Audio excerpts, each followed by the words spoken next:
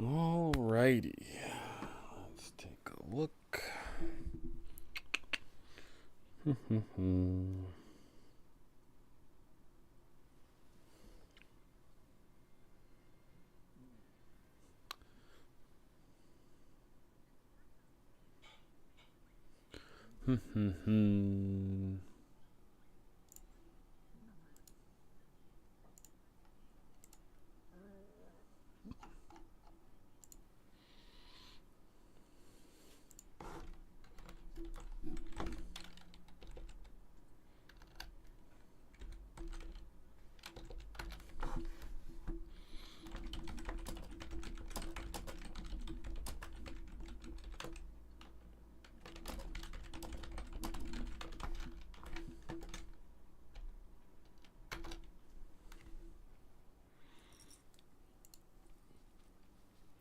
Why, hello there, little Miss Binks.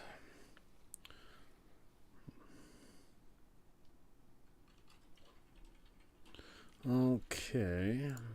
Boom, boom.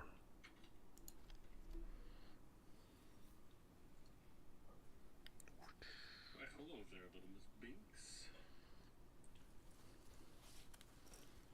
What are you doing? What are you doing? What are you doing? Oh. Alrighty. Hopping into this. Sounds like my audio's all Gucci. Hello, hello. What are you doing, little Binks? What are you doing? Got a cat attacking me here. What is going on? You need to chill. Goodness gracious. Alrighty.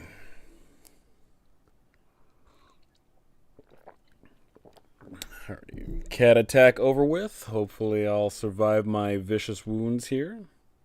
Did she draw blood? She did. Yikes. This cat, let me tell you. Getting a new cat, and she just gets a little feisty every now and then. Little too feisty. Alright. Hello. Stepping on in here. Let's see. Cat is wandering off after she's drawn blood.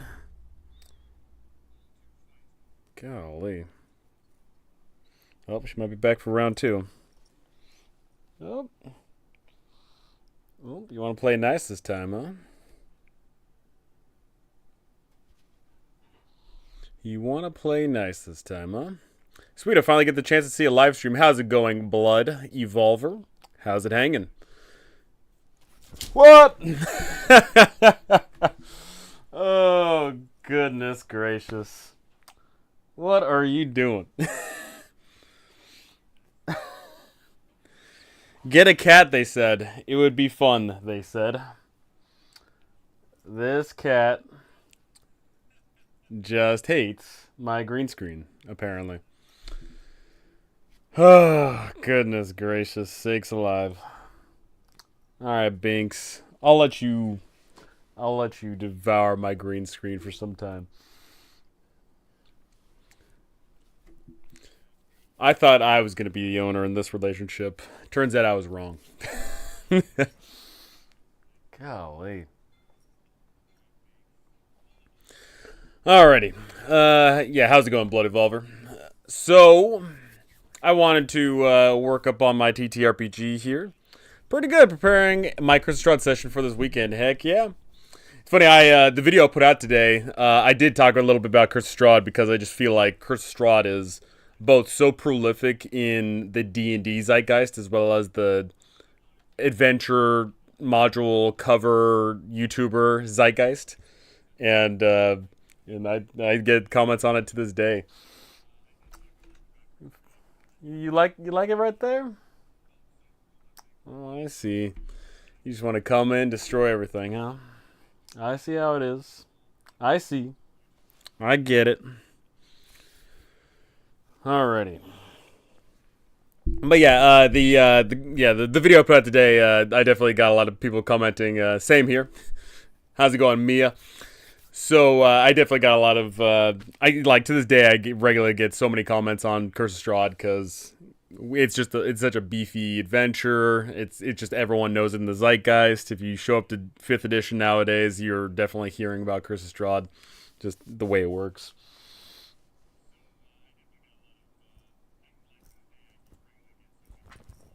Oh, great. She's getting zoomies up in here. Goodness gracious.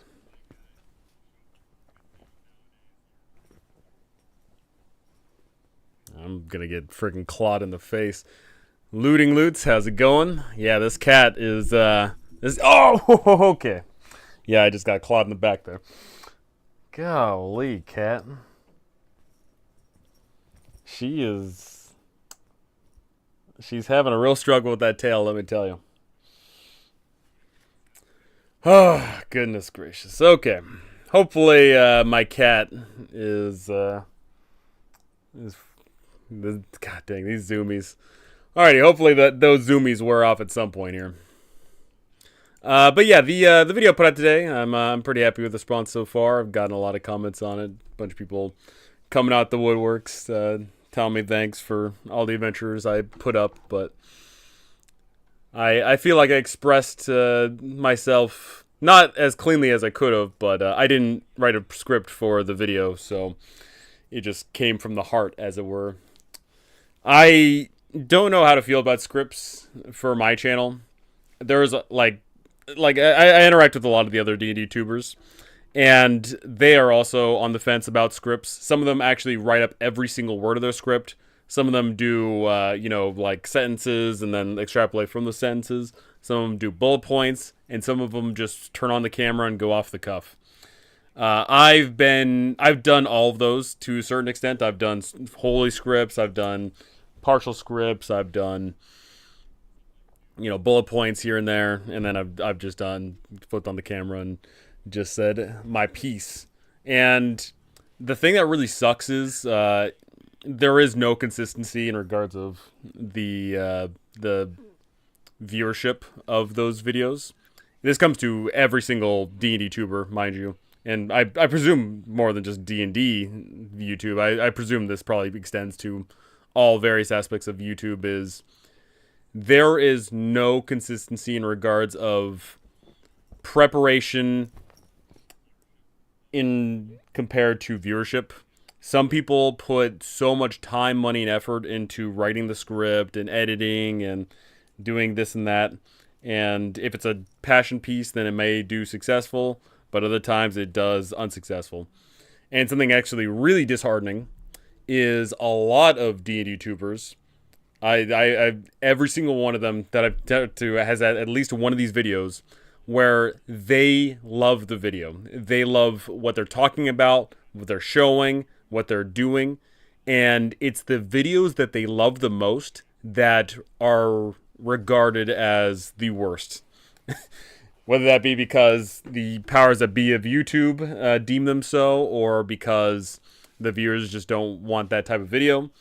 It is regular occurrence that people who put in more effort into their video get less viewership from them.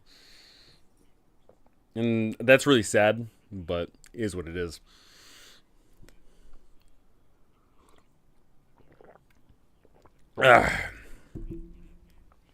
Golly.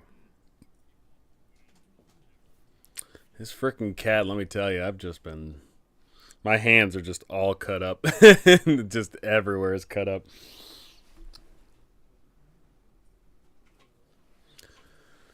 It's true for me as well. Yes, Guttifer, Mike, a fellow D&D tuber. A D&D... Well, something I'll say is, when I say a D&D tuber, D&D is very much so the Band-Aid of the adhesive medical strip world. D&D, just all tabletop role-playing games. Every tabletop role-playing game is D&D to the masses, right? And yeah, I fully will get you. There have been times where I put in both either physical and or mental effort into videos, and they didn't do well. A great example of that is I did a video where I did a 24-hour mile march in 7 hours. And mind you, that was physically taxing because I was carrying a whole bunch of gear. I'd have to pull up the video again, but it was like either 30 some odd pounds or whatever. Can't exactly recall. But I did a 24-mile march in 7 hours and change. And that one obviously was physically taxing, but I didn't do that great in the views department. But I thoroughly enjoyed it. I enjoyed what I talked about while I was marching. I enjoyed the concept of showing off, 24 miles in a day is quite a lot, da-da-da, this and that. I enjoyed that, but viewers didn't. True was thinking about a German Rhyme with Frostbane DM guide because it didn't even get a translation, but it won't be worth the effort. Rup.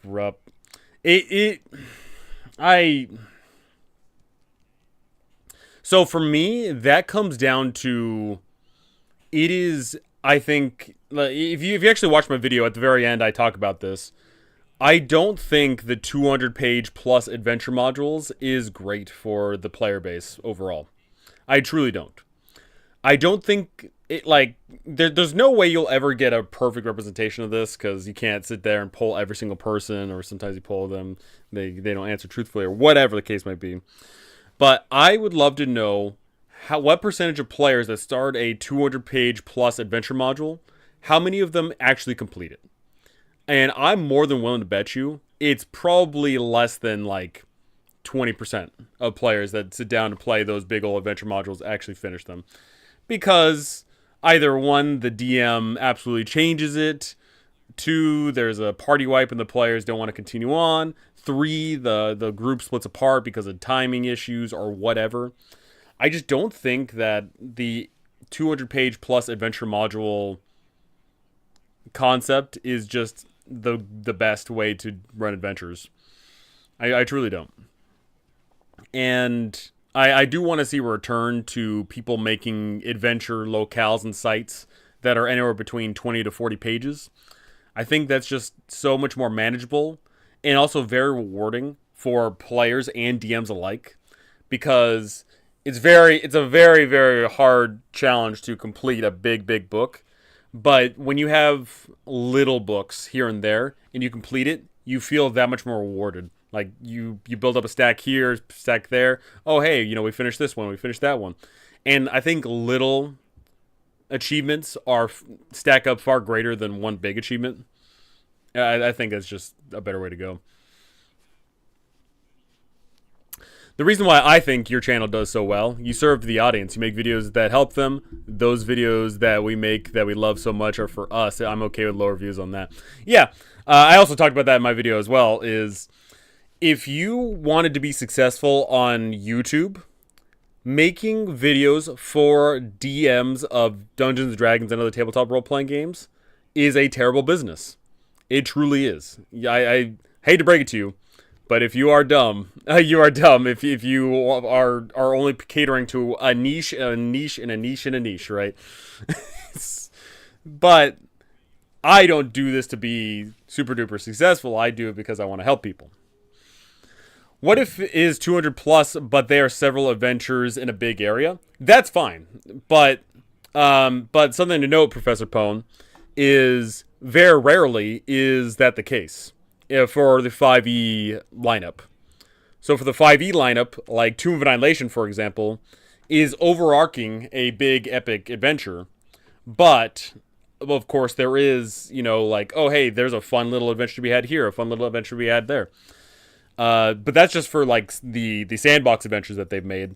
The majority of the adventures that they've made for 5e lineup are typically more linear lines, where you move from the catered scene to the next catered scene. You interact with this NPC. This NPC gives you the exact, tidbit of, oh, hey, you got to go here, players. You have to get this MacGuffin. You got to get it before the other guy. And then you show up at exactly the right time. And then there's a fight, which the players are deemed to win. It's that kind of adventure writing that they do.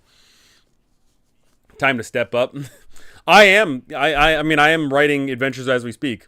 But my thing is I'm really reluctant. I don't know why this is. I'm really reluctant to pump out one thing and that's it. My idea for my content release in the future, which I will be publishing stuff this year, is I'm going to be publishing out several adventure modules, and TTRPGs and settings and things like that. But I want to have it be where when I pump it out, oh hey, I pump out this big release. Oh hey, there's gonna be a big release, coming up in like a month or two, and et cetera, et cetera. I don't know why I'm super fixated on doing that. I don't know why, but I feel like I just need to.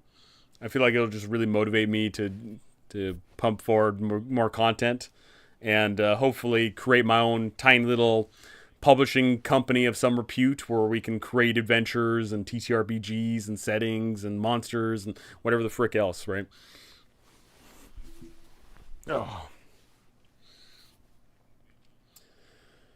Alrighty. I think my cat is satisfied now, so I'll try and get this green screen back up. We'll see how that goes.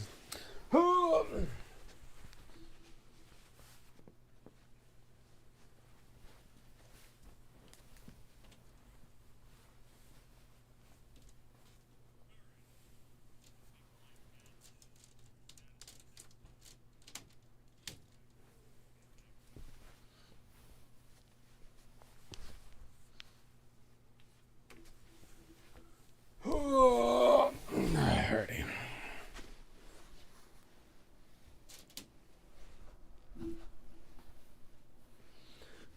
Man, my cat is just eyeballing this green screen. I know that she wants to climb this bad boy to the top. I know.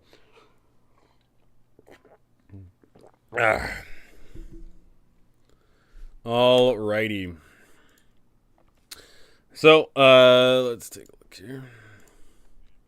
You mentioned Wizards of the Coast should release smaller adventures. I would love that. Having options for your progression would be great. They need 2 or 3 to each level bracket for diverse options, which I fully well endorse. I fully want that to be the case. I would want them to create like, oh hey, this is for adventures, levels 1 through 3. This is for adventures 2 through 4. 3 through 5. Like continue, etc., etc. But here's the ultimate thing. What I'm really, because I'm making this TTRPG right now, what I'm really running into in regards to the design space of a tabletop role-playing game is you need to create the game as how you want the players to play it. And something to note about the design space of 5th edition in particular is... Oh, so I just totally messed that up, didn't I? There's something to note about the design space of 5th edition is they create that for levels 1 through 20. And this design space is reflected in the characters themselves because you get features that scale all the way up to 20. This is reflected in the magical items because several magical items are not supposed to be given out until you reach the higher levels. This is reflected in the monsters, as some monsters should not be faced until you reach the higher levels. But ultimately, the problem is with a design space of 5e from levels 1 through 20, so few people play at that top end. And, I polled this. I've asked many people. The overwhelming majority of people play through levels 1 through 10. The overwhelming majority of players do. But ultimately, what that's telling me is they're spending half of their design space for a small fraction of the player base. And I think that's not good. Also, hello there, little Miss Binks. Say hi to everybody. Say hi. Say hi. Good little Miss Binks. And... because the thing is, you could easily, for 5e, create fun little sandbox areas that are good for levels 1 through 4. But you could not do that for levels 16 through 20. And I don't know how married Wizards of the Coast is to catering to high level stuff. I don't know. That's because DMs hold us hostage on low levels. You know why, Pone? Because you can't build a campaign around high levels. You just can't. The magic gets way too ridiculous. The numbers get way too high. The amount of effort needed to put in an engaging experience is over the top. What's up? How's it going, Overboard? And ultimately, it is just so much easier, more like less time consuming, and I truly do feel more engaging to create a play space for low levels in 5e versus a play space for high level adventures in 5e. Right? It's just like the you just get way too many options. The spells get over the top ridiculous, and the only way to make that engaging is to throw absolute ridiculousness. So excuses, yeah, man. Absolutely. I mean, I truly don't. I'd have to, once again, I polled a great many number of people, and many DMs do not want to run high level stuff. Many players even don't want to run that stuff either. There's a bunch of players who do not want to play high level stuff because then their character sheets get way too filled, and then they don't know what the heck's going on. Like playing a 18th level wizard, you're looking at your spell list and you're thinking, oh god, I gotta prepare all of this. Okay, you're an 18th level fighter and you've gotten 20 different magical items throughout the campaign. Oh god, now I gotta take a look at this, right? It does get a little bit too excessive, in my opinion.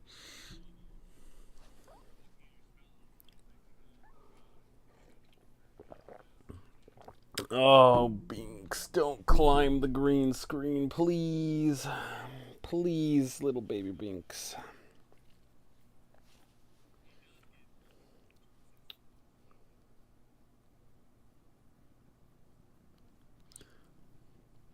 If there was like 4 options at 17 and 20 for like kill Orcus, fight Amadeus, banish Lolth, etc., that sounds so cool.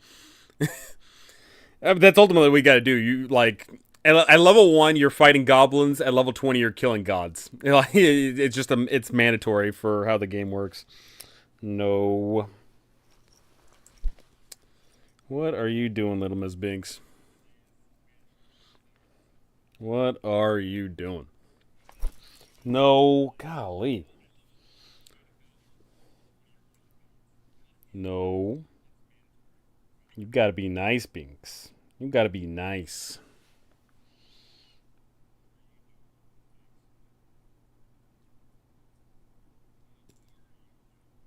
You need to behave.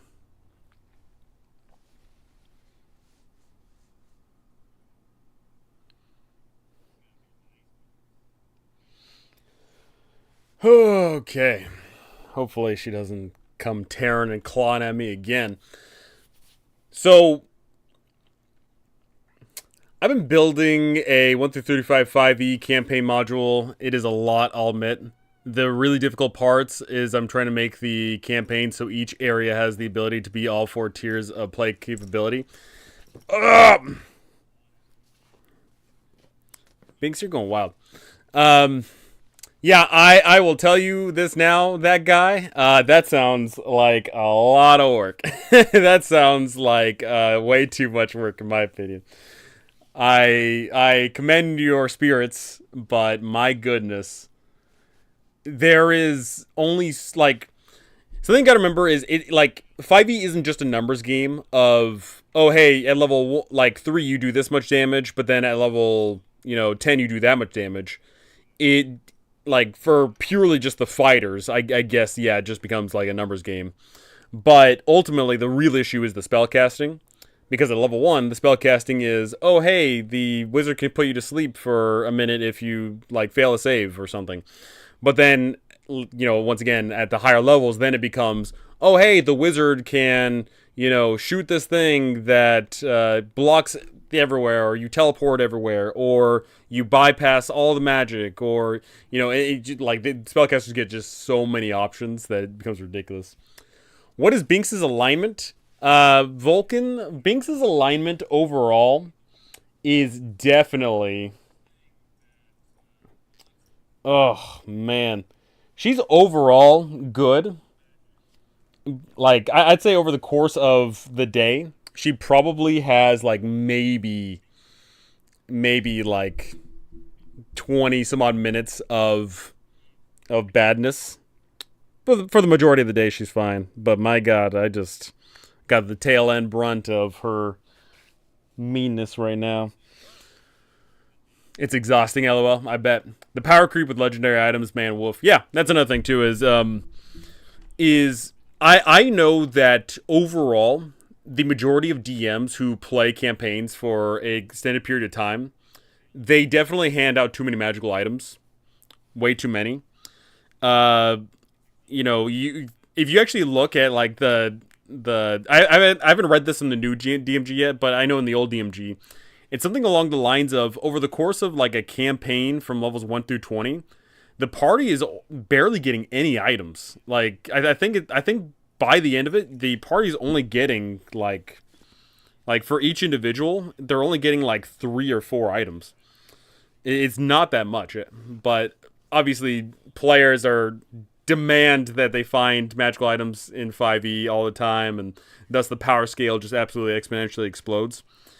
Which is funny because when you look at old school play, magical items are handed out like candy all the time, but it makes sense because the characters are absolutely weak, and so it's perfectly fine to hand the magical items to make them just a little bit better. But in 5e, the characters are already so strong that handing them magical items makes them just exponentially ridiculous.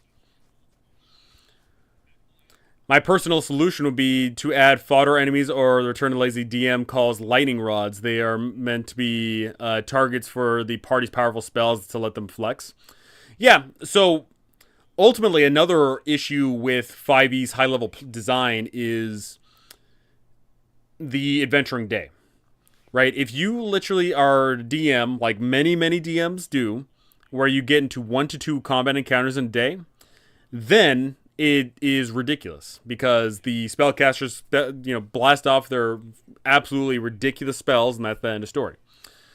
There is supposed to be a sense of, drain on resources. There's supposed to be at every tier of game, every tier of the game. There should be a sense of getting into multiple encounters, expending your features, your spells, your health, your hit dice, whatever. That should be present in the game. But ultimately, most DMs, most groups do not play that kind of game because it gets tedious. It gets tedious if you have to get into 6 to 8 combat encounters in a day because that obviously takes up a huge amount of time. I brought Black Mage's Disjunction just for it. Also, personally, I just make homebrew magic items to give my party, which lets me give them extremely niche use cases instead of straight up power creep. That's another thing too. Is the essence of the magical items that are tailored for the party versus the magical items that are just flatly good. Like for the fighter, for example, fighters getting the +1 sword, yeah, that makes them better at what they do. But that's ultimately boring.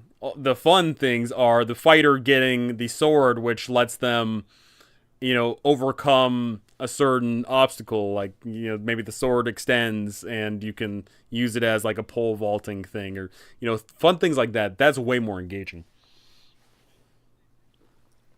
What are you doing, little baby Binks? What are you doing? Can't tell if she's making biscuits behind me or what. Cannot tell.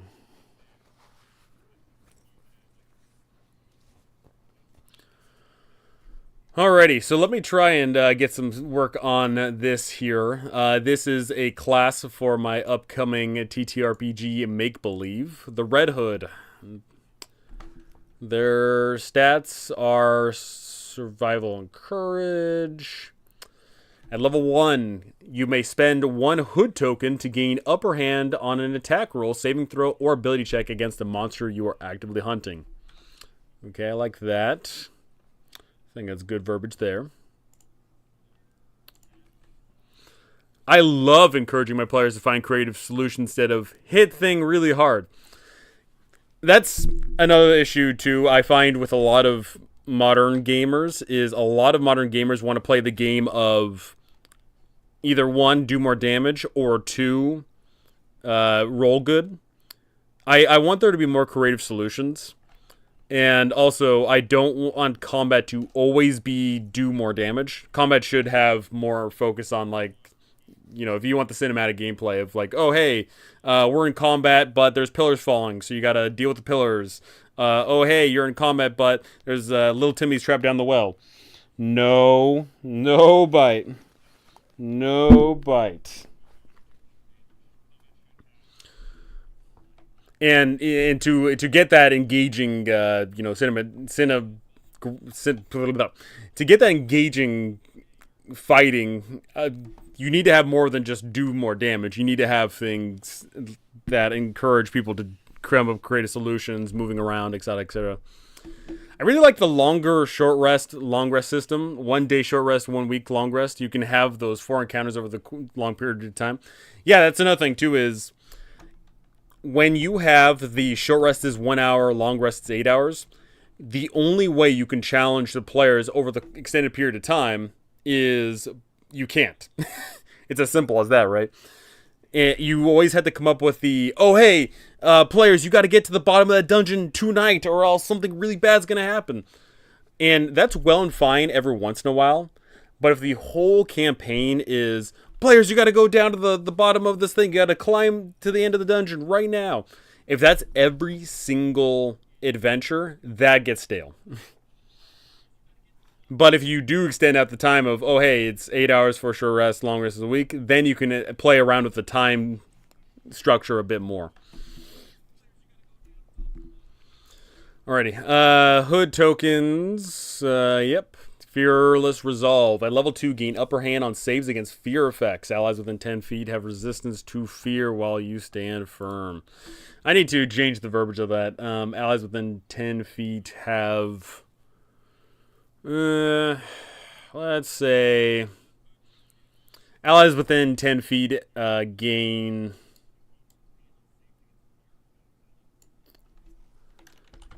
a +1 to fear saves.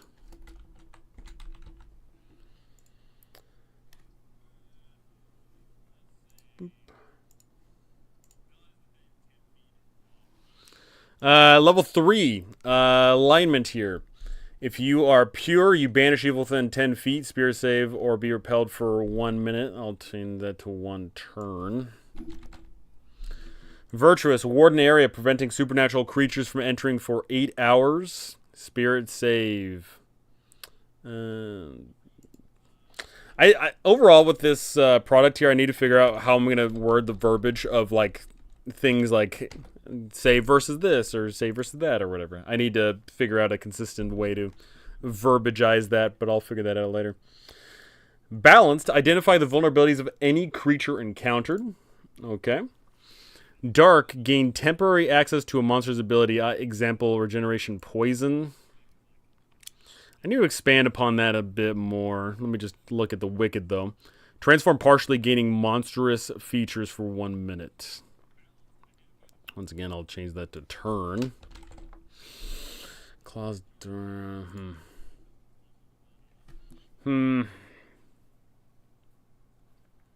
Yeah, I need to come up with some stats for the Dark and Wicked part of these. Gain temporary access to a monster's ability. Let's do...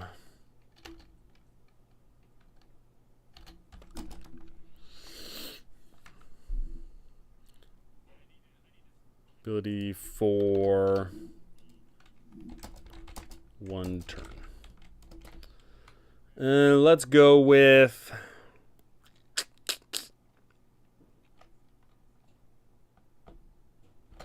Dark Vision.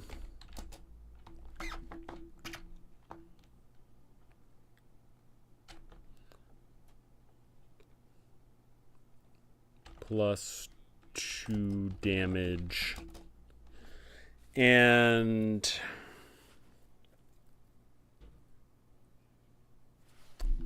Let's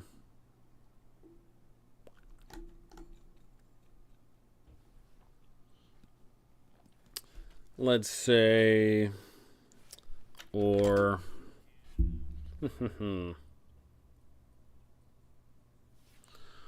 or keen smell. Transform partially, gaining monstrous features for 1 turn. Let's go with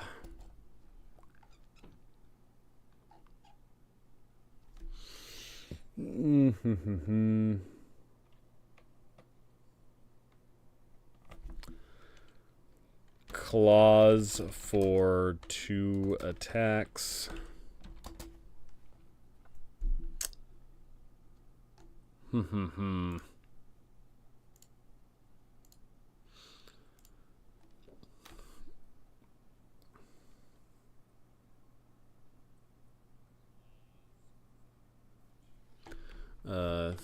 Thick hide for +2 DR, or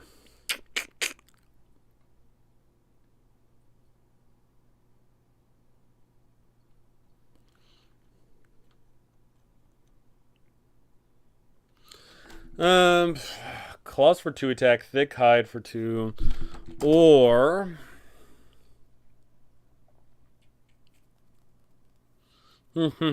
or sound like a seal. Or what's another fun thing that the Red Hood could transform partially into? Nighty night. It's getting late in Germany. Good night, looting loots. Hope you do well in your gaming, in your future endeavors. Thick hide for +2 DR. Or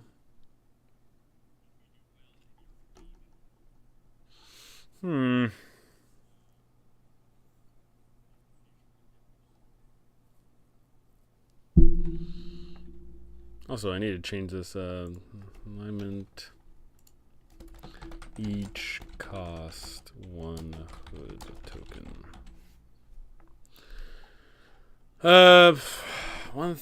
Golly, I need a claws, hide, or something else. What is the last thing that these guys get? Let's give a Red Hood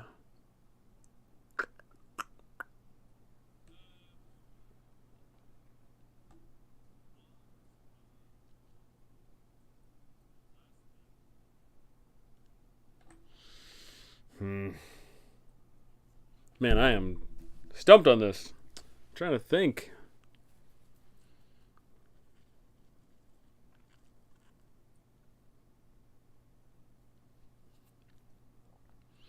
We're doing something with attacks. We're doing something with taking damage. So what's the third thing? In the design space, let's give them something.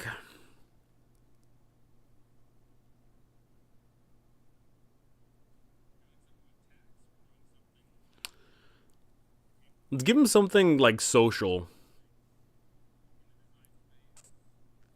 Or fangs for upper hand on social checks.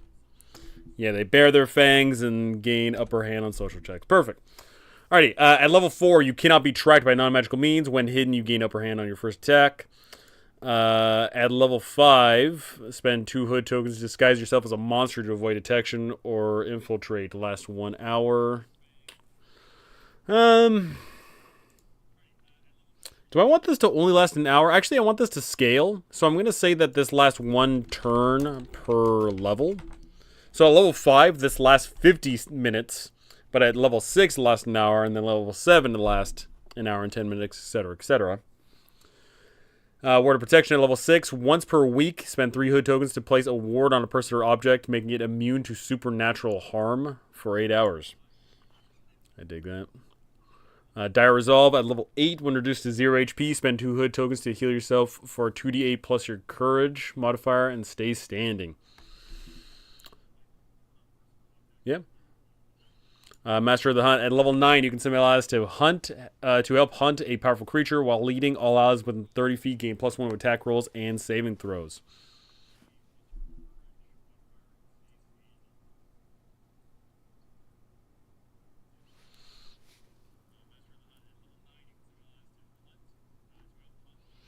For some reason, I have a second set of alignment powers here.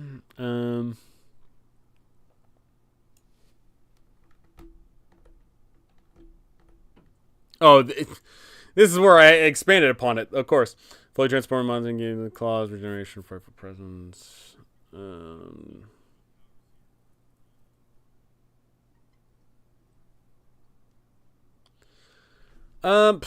Actually, I kind of like some of these other ones as well. I'll sleep on it. Okay, let's go to recovery here.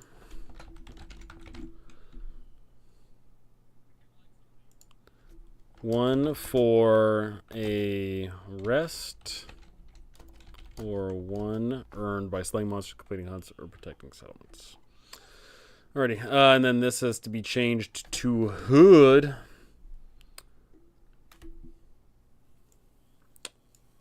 I'm going to say that the Red Hoods are going to be more martially inclined. So let's make their plus to attack go up good.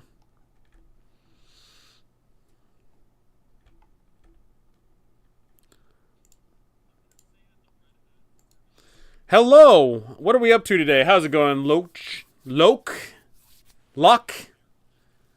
It's either Loach, or Lock. But I assume it's Kelpie. How's it going? Today we are. I'm working on my TTRPG that I'm currently creating. Codename is Make Believe. It's a fairy tale inspired TTRPG, and right now I'm working on the Red Hood class. They are a monster slayer class. I think Red Hood being a monster slayer is a good fairy tale kind of motif. So their plus, so first off, I got to change all their hood tokens here because they get 1 per level. That is this class's resource, which they use in their aiding of their monster hunts and whatnot. 11, 12, 13, not 13, 14. Okay. Do I want them to have this progression for attack rolls? I might have them go up just a little bit quicker. Let me just compare them to other martially inclined classes overall. There's a whole bunch of classes here I've not worked on per se. You talking combat? Wolves have very crushing grips. Very crushing grips compared to animals. How do crushing grips with their jaws? I assume with their jaws because I can't imagine them working their dumb little hands.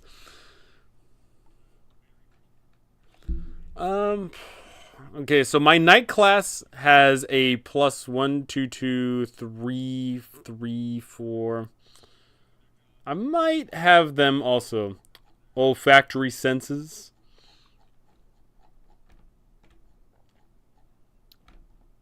Yeah, I think I might have the Red Hood also in this camp here. 1, 2, 2, 3, 3, 4. How do I feel about this for the Red Hood's attack matrix as they progress through the levels? +1, 2, 2, 3, 3, 4. I think I'll keep it like this for now. Maybe I'll change it up at some point. Maybe. We'll see. Overall, though, I don't. So while the Red Hood they partially transform and becoming the beast that there's hunting, there actually is. I'll go ahead and show it to you all. Is I actually have a full beast class. They are like a person that is turning into a animal essentially. Let me find that. Here we go. Beast. So right from level 1, they gain a whole bunch of bestial shifting prowess here. They can get additional damage and saves and tracking, hearing, spotting, swim speed. You doing this 3.5 is with the attack matrix, more abilities versus spells equal to attack bonus. Attack matrix, more abilities versus spells equal to attack bonus. It's I'm trying to think of like what this would be the closest edition of D&D 2. Overall, I think this would be the closest to basic expert. So like first edition D&D overall.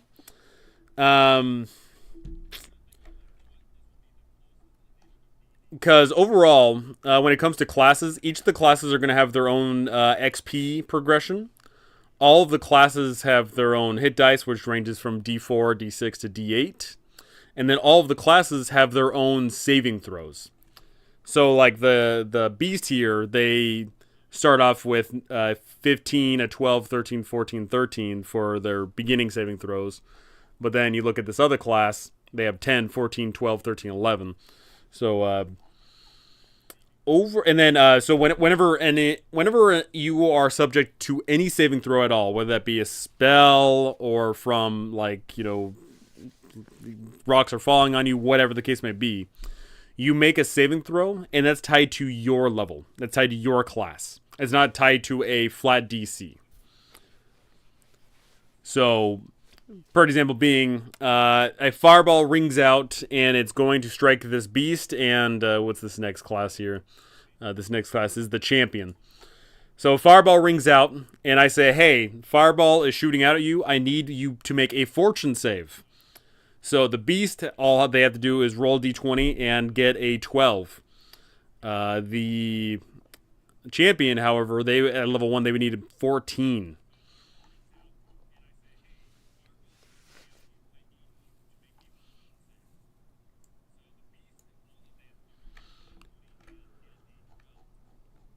And ultimately, the reason why I'm going with this sort of saving system is because I really, really like to, one, see this progression of you getting... It becomes easier for you to overcome things that you've previously fought before. And two, also, I find that with modern systems, the saving throw system becomes a bit too wonky. What do I mean by that? So, let's look at 5th edition, for example. In 5th edition, at level 5, let's say at level 5 here, you're going up against people that are hucking fireballs at you. And the DC of an enemy throwing fireballs at that party might be somewhere around like 15, let's say. What that means is if you are a fighter and you got a +5 to your saving throw, so ultimately what that means is you roll a d20, and then boom, you got to roll a 10 or higher. But the problem there is then you got the pathetic loser wizard. They don't have a plus to their dex. They don't have proficiency in it. So they have to roll really, really high. But that's fine for that level.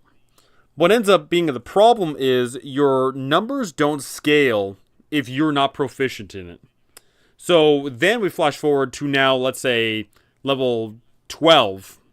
Or level 11, I guess. That's the next power spike. Then you are going up against people that are throwing out DC 20 saves at you.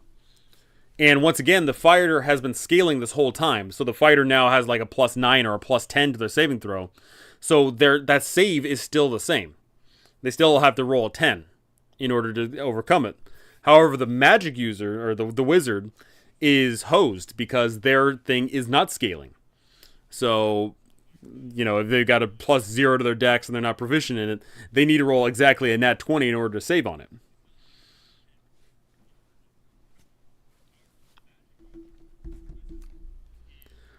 Sorry, I have a lot of protection training experience with dogs, hence Gripster.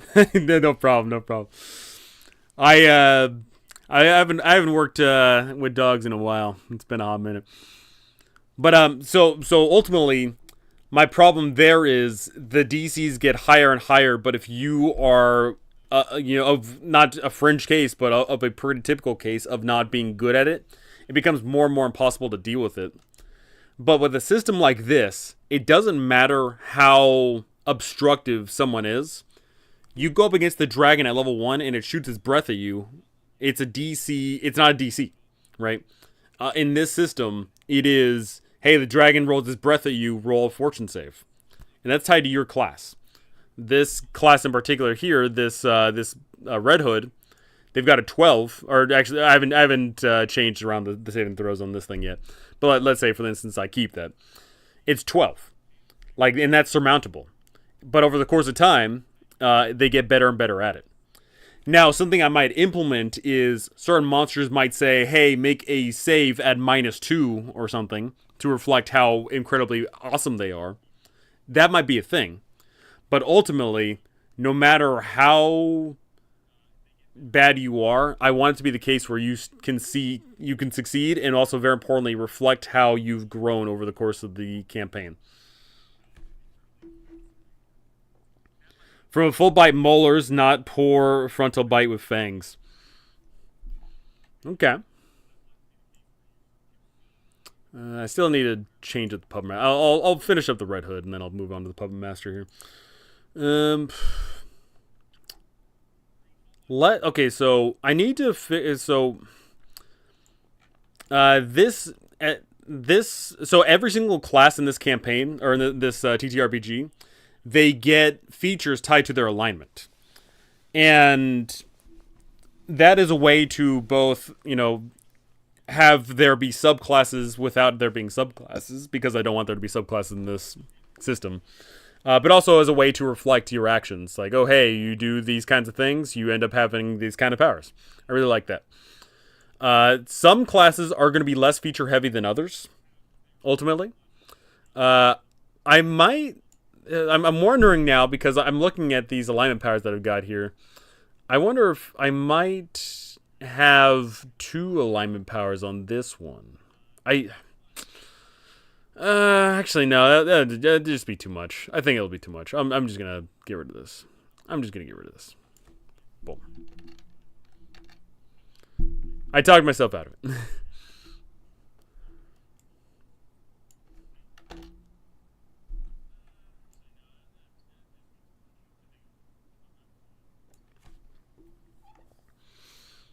It's funny, because of how the features are working, some classes are filling up the full 2-page spread, others are not by a significant degree. But when I go to publish this, I'm going to be doing full art, so I'll be able to plug in all the gaps for sure. Let's take a look here. Like, the Minstrel did a pretty good job of covering a lot of it. There's still, some space underneath here. The Lamplighter, this one, I've got a little nice space for that as well. Jester only has one little space there as well. I'm actually I'm pretty stoked that I'm fitting these classes onto a 2-page spread. I'm really digging that. I did not want to press any further than that. Alrighty, so now that I've done all the features, let's move on to the saves. So, in this system, there are 5 saving throws tied to your character. Heart, Fortune, Resolve, Wit, and Spirit. To give you a understanding of that, let me pull up from the brackets here itself, so you get a bit of an understanding.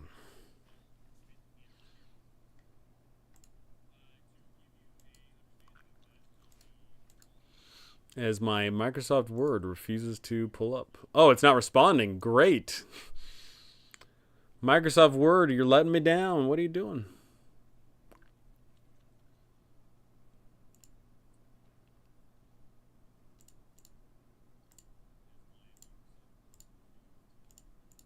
By the way, for the Microsoft Word document I have for this system, it's over 120,000 words. It's gonna be a lot. It's gonna be a lot.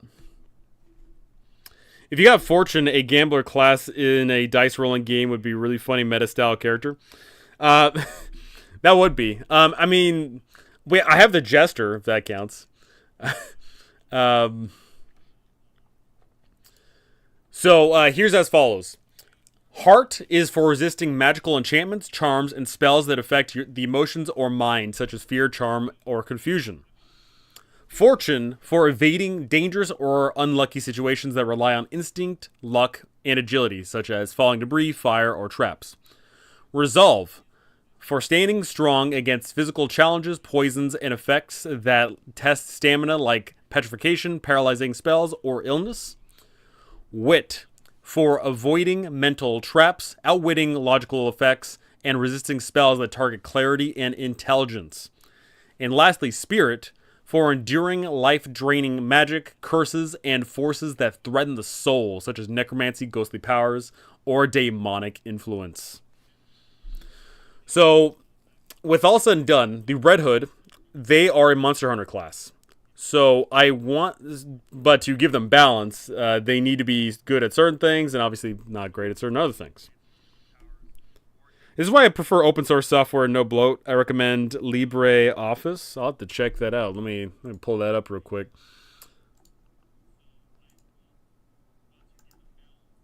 Let me pull up LibreOffice.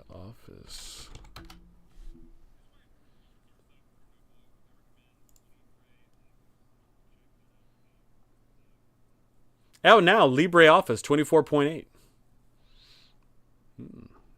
I'll have to check that out after the stream.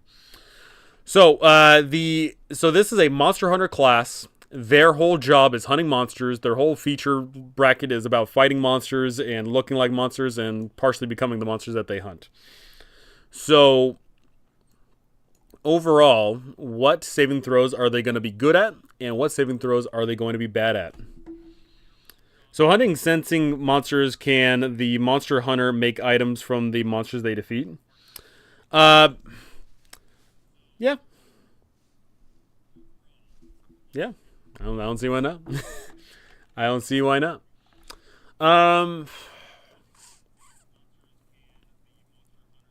So I think ultimately I'm going to have them be good at...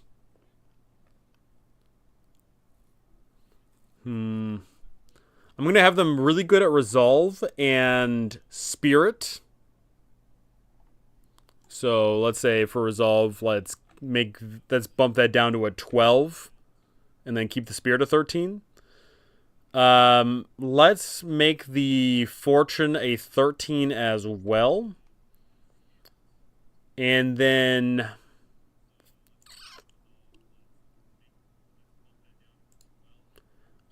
do I need to change anything else in regards to their stats here?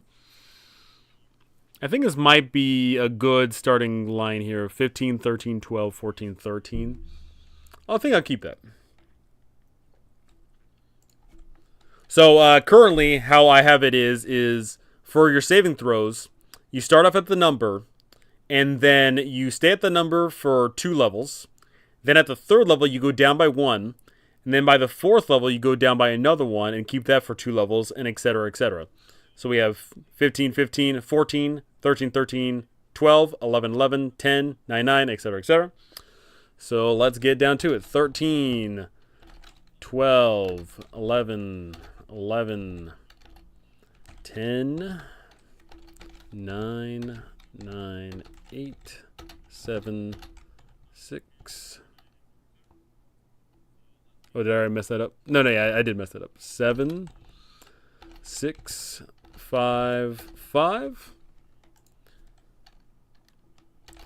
12, 11, 10, 10, 9, 8, 8, 7, 6, 5,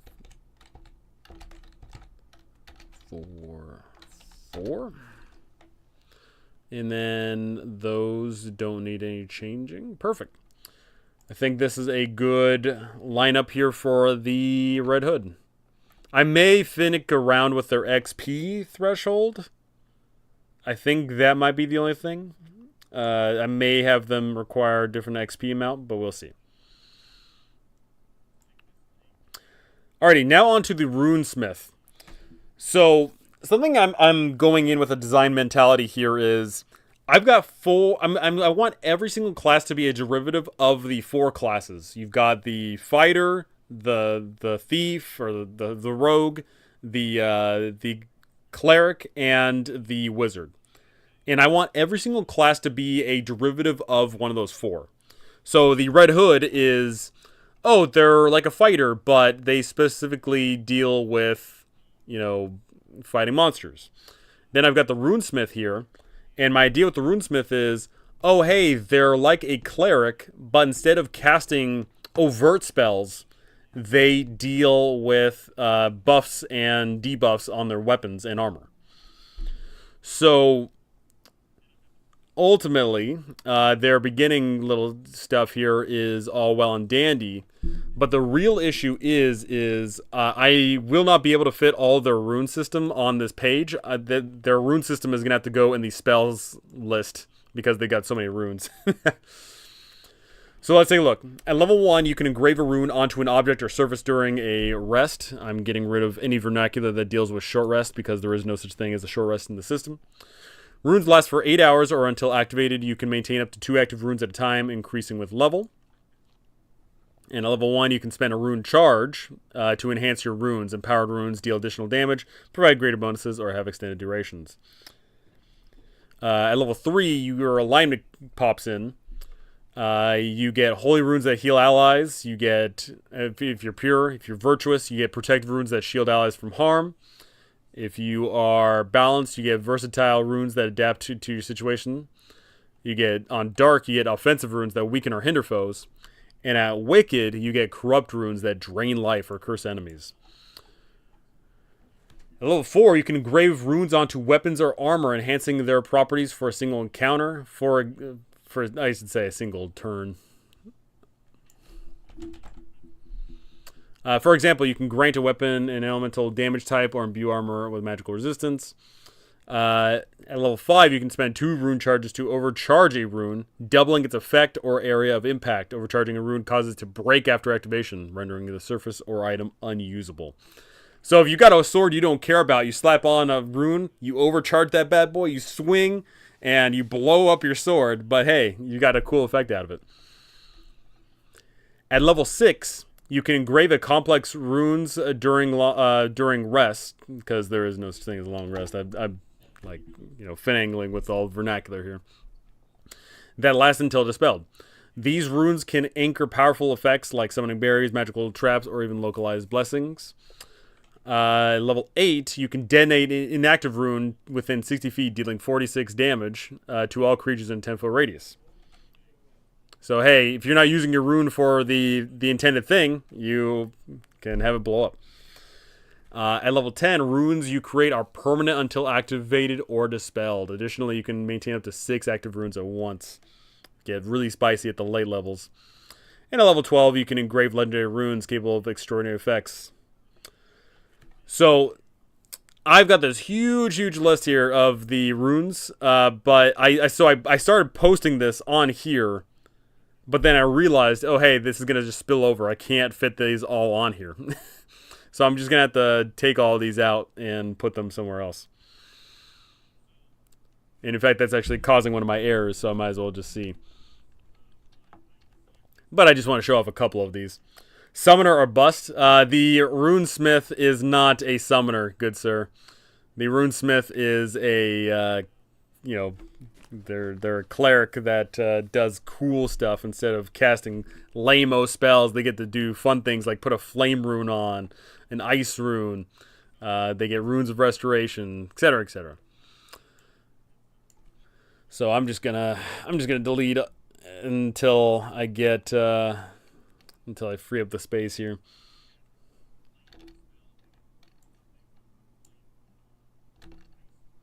There we go.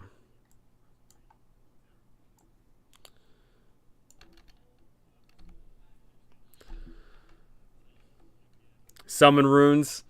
Pwn, not every single thing has to deal with summons, okay? Not every single thing needs to be all summon all day. It really doesn't.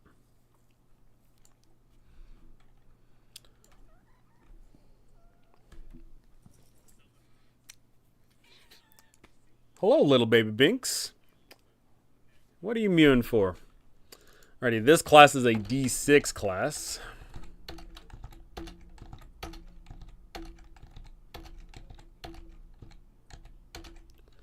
They're a D6 class, but I'll give them a +2 after their regular progress here because they're more martially inclined.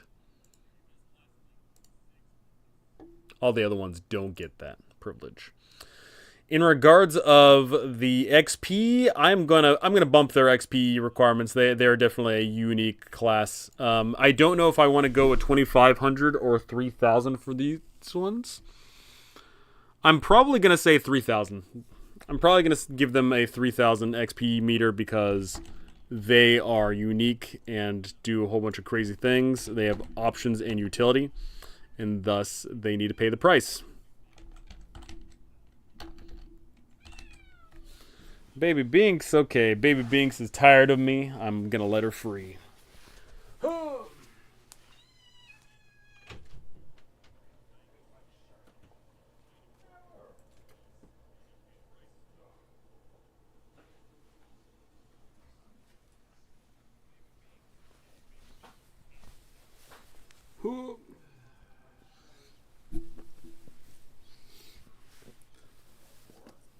I don't know what the heck she wants.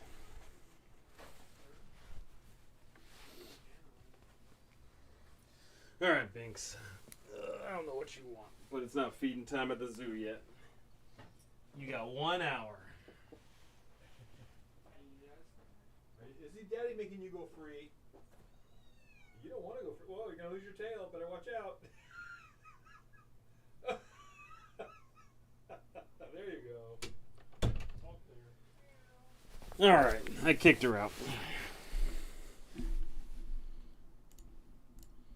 How does death work in your game? Is it reach 0 game over? Because that would be a neat rune. Which rune in particular? Already deleted those. But no, it is not death at 0. However, it is dying at 0. So in my game, the current death and dying rules is as follows. If you hit 0 HP, then you are dying. Every single turn thereafter, you will roll a d6. On a 1 or a 2, you are dead. Or I say turn. The vernacular is a round. A round is 10 seconds. A turn is 10 minutes. So in combat, you get hit and you go down to 0 HP, you are dying. Every single round thereafter, you will start rolling a d6. On a 1 or 2, you are dead. You are going to die if your group either does not kill the enemy or heals you or does something.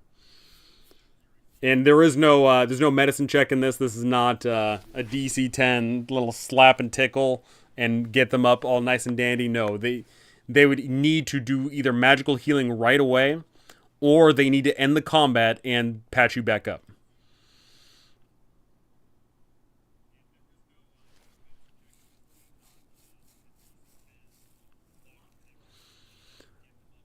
Gotcha. So a rune that ups your d6 die roll chance. Yeah. So I could make a rune that would be like, oh hey, if you are dying, you instead roll a d12, and on a 1 or 2 you're dead, but you like double your chances of course not dying, like things like that.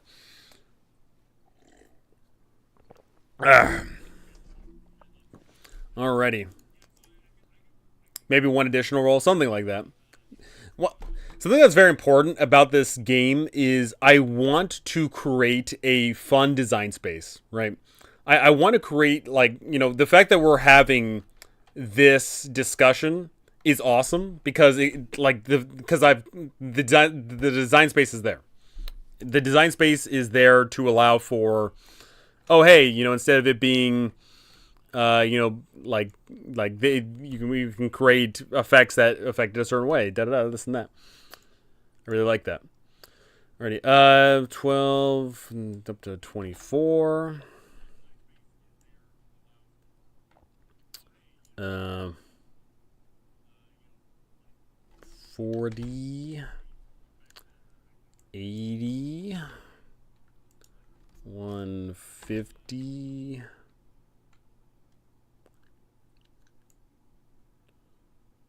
300,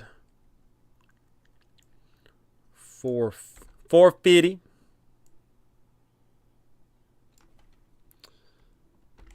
580, 700, 850, and then put the last one up at 1 million. Probably change the numbers around, but we'll see. I did all the dice. Now on to attacks. So this is, once again, a... How does their... so for reference, like the pathetic, like, loser magic user people, they start off with like a +0 for the first 2 levels. But then, like, the fighter would get a +1 at level 1, but then a +2 at level 2, and then potentially go on further from there. So where does this guy fit? Where was the Runesmith fit in regards of the thing here? I find that in games with dice rolls, that's what really gets the players on their toes and excited. Yeah, the whole thing about, you know, just opening up the design space to allow for either rerolls or bigger dice or changing dice, things like that. Like, for example, being the advantage system in this system is not just a flat out roll an additional d20. In my system here, I've got a system called upper hand and lower hand, and what that is if you gain upper hand on the attack roll for whatever reason, you know, maybe you activate your own ability, your friend activates an ability. You're attacking someone that's prone, whatever the case may be. What you do then is you roll a d4, and that gets added to your attack roll. Now, that doesn't sound too exciting, but what is exciting is if you have multiple instances of upper hand, then your dice increases. So at level 1, or not level 1, if you have one instance of upper hand, you roll an additional d4. But if you have 2 instances of upper hand, because you're activating an ability, your homie activates an ability, then you get to roll a d6 and add it to your attack roll. But then if you've got 3 instances of upper hand, then it goes to a d8, and etc., etc. I don't want the game to be too confusing. There's not, like, it's very rarely going to be like, oh, hey, like, we're going to stack 5 instances of upper hand. But the option will be there. And then, of course, the same thing applies in regards of imposing lower hand. You know, your opponents are going to try and impose lower hand on you, but if you get upper hand, then that cancels out, etc., etc. Alrighty, so the Runesmith, they have... Oh my gosh, what is their... They have rune charges, yes, that is their system. But what was my idea in regards of their pointage?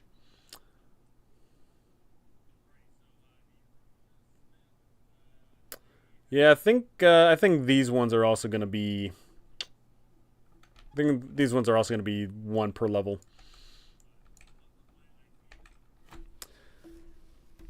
That's a good idea. It's a solid progression that you can build into the whole system.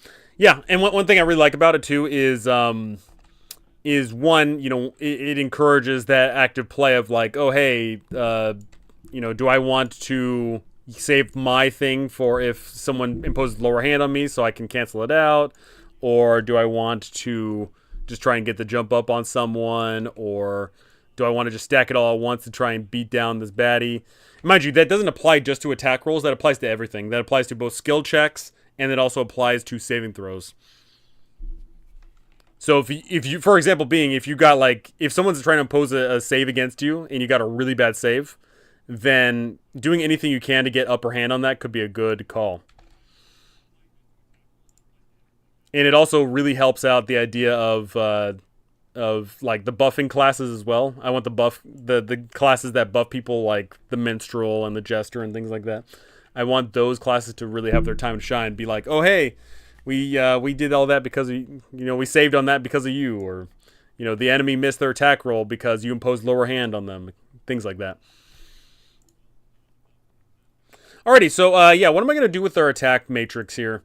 Is it gonna be +1, +1, +2, +2, +3, +3? Am I gonna keep this matrix for this class? I'm going to keep this attack matrix for now because like I copy-pasted this table just all the way down the board. So I might just keep this one for now. Maybe it'll change once I look at all the classes side by side. We'll see. Now onto their saving throws. So this is picture a runesmith. This runesmith is a person that is typically like a blacksmith. They are plugging runes of magical ilk onto items and armors and things of that nature, and onto themselves, essentially, and their homies. So what are they good at and what are they bad at? What is their saving throw expertise here? Let's see.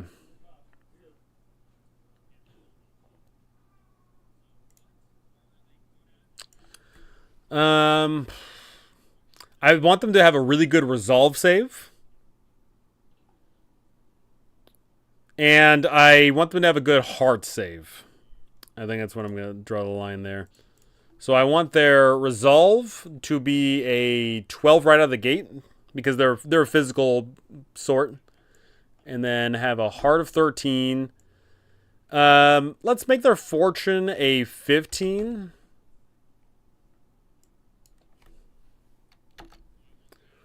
Resolve spirit. So the spirit save is tied to for enduring life-draining effects, curses, and forces that threaten the soul, such as necromancy, ghostly powers, or demonic influence.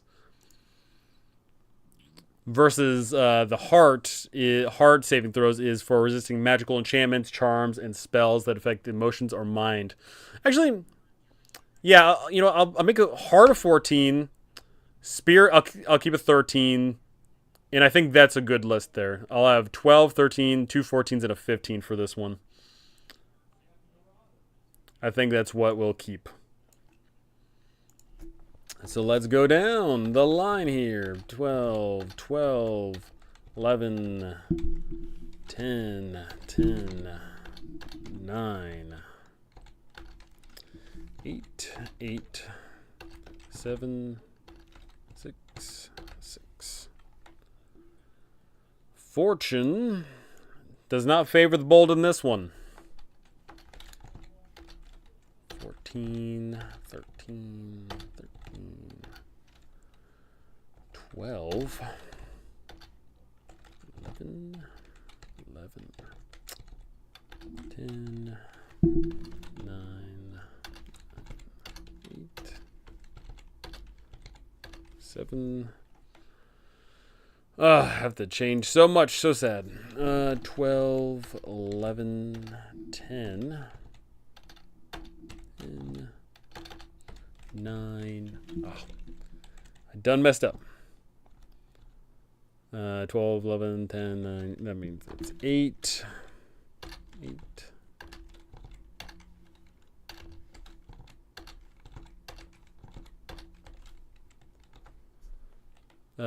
What did I mess up?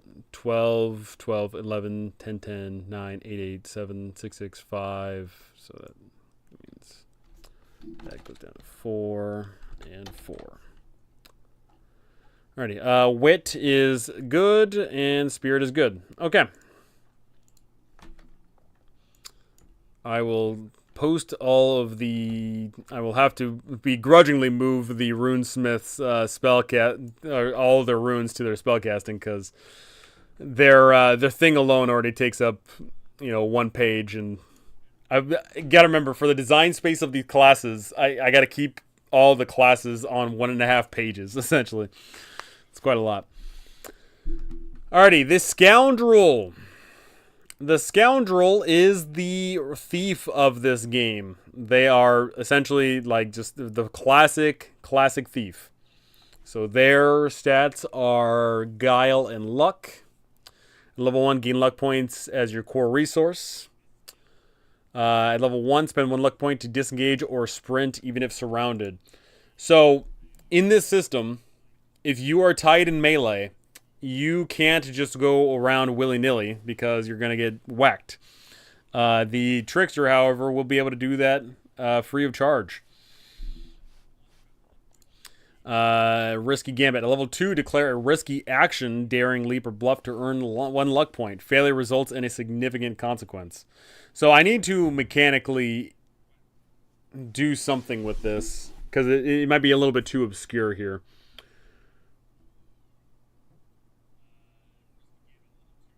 In significant consequence that's relevant to the situation. I'll have to figure out how to mechanically tie that in, but we'll see. Sleight of hand at level 3, gain upper hand on checks to pick pockets, plant objects, or conceal items. Pretty self-explanatory. At level 4, your alignment comes shining in. Pure. Steal from the wealthy or powerful to aid the needy. Spend 2 luck points to reroll any failed action that directly helps an ally or innocent. If you're virtuous, gain upper hand when assisting others in peril. Spend 2 luck points to allow an ally to reroll a failed check or save. That's really solid right there. Something also you might note is when it comes to the design space of this game as well, I really want there to be a bunch of features that are tied to team play. Something you might notice about a lot of games is a lot of the verbiage of features, of spells, of whatever, a lot of that says I or me. A lot of it does. Because it's very easy to do, it's very simple to do, it just makes sense to do. Have a lot of verbiage that say I and me. But ultimately, we're playing a team-based game. Unless you are playing by yourself, even if you're playing by yourself, you typically are, have like NPC allies or something, right? This is a group game. We play tabletop role-playing games as a group. We play them with multiple people, right? And so I want a lot of features that say, help the homie. I want a lot of features that say, us and we versus I and me. I really want that to be the case. Manipulate. So if you're balanced, manipulated probability. Spend 1 luck point to adjust any nearby roll by +1 or -1 as a fun little cheeky, like, oh hey, put that down. Dark. Cause misfortune. Spend 2 luck points to impose lower hand on a foe's attack or ability check. Boom, right there. Once again, helping out the homies. And Wicked, steal luck. When an enemy rolls a critical success, spend 3 luck points to turn it into a critical failure and gain temp bonus HP equal to your level. So that one right there is also like a really good, situational awareness thing of like, oh hey, look at that. Someone was really lucky. Too bad. So sad. Okay, level 5, feign weakness. At level 5, lure enemies into underestimating you once per day. Impose lower hand on their next attack against you. Cool stuff. At level 6, spend 1 luck point to take the maximum roll on any die used for damage, healing, or skill checks. Now, something important to note is that I did not include saving throws on that one, because that would always just be the get out of jail free card. I did not want that to be the case. But ultimately, still, once a day. Actually, I didn't have the verbiage of once a day.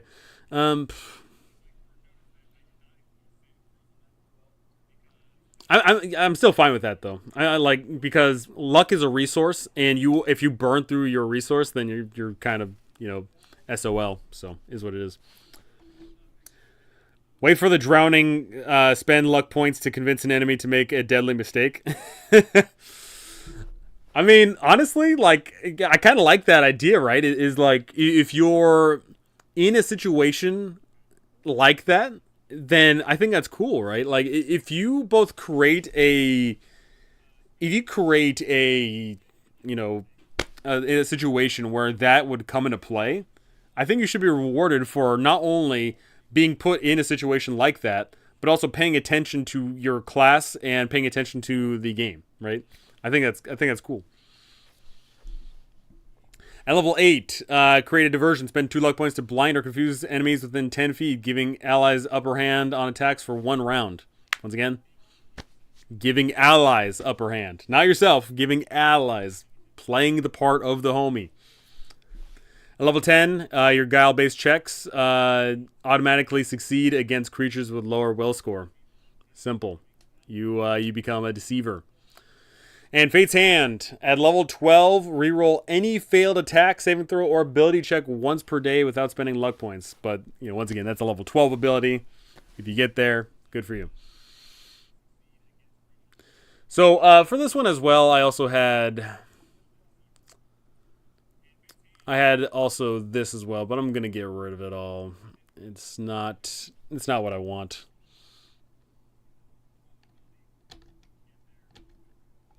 Alrighty, the resource system is luck points. So, something important to note is when it comes to the class resources, not all of them are created equal. Not all of the class resources are always 1 per level. Some of them are, for sure. Some of them are always going to be like 1 per level. But then, for example, being the beast here, the beast is not like that at all. Where is it? Here we go. The beast starts off with 5 points, and then they eventually jump up to even more points. Like they go 5, 6, 7, 8, but then they jump from 8 to 10, and then go a little bit more, and then at level 8 they go from 12 to 14. So the resource points aren't always going to be 1 per level. It really comes down to how the class is supposed to be played, how frequently you're supposed to use this resource, so on, so on. Do I have any other examples of different amounts here? Yeah, per example, here being the Enchanter, they start off with 4 fairy dust and then go up and up and up. The Dreamweaver starts off with 3, and it goes on and on and on. So the real question is where do we stand with this person? Where do they go?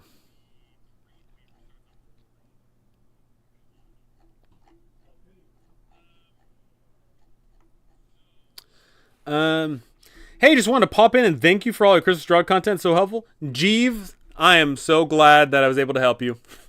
So glad. That's awesome to hear. It is, I put out a video today talking a little bit about that. In fact, I put out a video today talking about how, my Chris Strahd content in particular reached a wide audience, which is so awesome to hear. Because not only am I helping you as the DM, I'm by extended reach, I'm helping other players, and that's what's awesome. I make my content for DMs to help the players. I love hearing people being able to run the kind of game and adventure they want to run and play in. It's so great to hear. Leprechaun's luck spend luck points at the end of an encounter. Roll a dice. If you're successful, double the gold you make from the encounter. That would not work for this particular system because gold is a resource to that extent. But I know I'm going to have a lot of fun making the monsters, and I know for a fact I'm going to have fun making the leprechaun monster. So let's take a look here. I am just about to shove my characters into Ravenloft and watch hours of your content, usually while I'm at the bath. Best guides on YouTube. Jeeves, it's so funny. I knew full well making that stuff I was not going to be a first monitor content creator. I know for a fact that I was going to be the audiobook. I knew I was going to be second monitor content. I knew I was going to be the podcast you play in the drive back to your house. Like that, I knew that's what my content was going to be. So, knowing that I could fill in the gaps, when you're in the bath or on the road or wherever the case may be, I'm perfectly fine and happy to hear that. But thank you so very much. Thank you.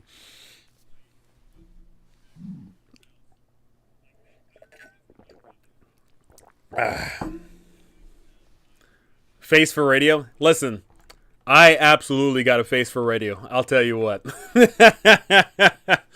Absolutely, I do. Listen. All I gotta say is, I don't think I look like your typical nerd. You know what I'm saying? I don't think I look like the nerd. You know what I'm saying? He definitely made the Tomb of Annihilation 100 times easier for me. Heck yeah. TOA, baby. Oh. So once again, I'm gonna be starting up my solo Let's Play for Tomb of Annihilation. I don't know if it's gonna be on my main channel. It's probably not gonna be. I'm probably gonna be making a no fun, what do you call it, series or channel, a no fun Let's Play channel, and that's where I'm gonna be posting not only my solo plays, but I'm also gonna be posting up my West Marches games that I'm gonna be running in there. So that'll be a great time. Alrighty, so overall, let's take a look here. What are you spending your luck on? This class is resource heavy. You are constantly spending your luck. You are constantly spending your luck. You are spending luck to get out of fighting. You're spending your luck to try and get out of sticky situations. You are spending your luck to help out the homies. You are burning through your luck constantly. Like, specifically, once you're at level 4 here, and I've got the alignment thing, all of these options, you're spending 2 luck, except for the Wicked one, you're spending 3 luck on that one. I guess the balanced one, you're spending only 1 luck point. But even still, you're burning through your luck. So these guys need more of their points. However, that being said, you can gain back points. For one thing, they do have the Risky Gambit. So they have a way to make their resource back right away. And then 2, you get 1 resource back a day. But I also had it where you also get resources back once you roll critical failures as well. But even still, like on a 1d20, that's not very rare, or not very likely. So they need more points. Where do they start off with? Do I start them off just at 5? Do I? I don't even know.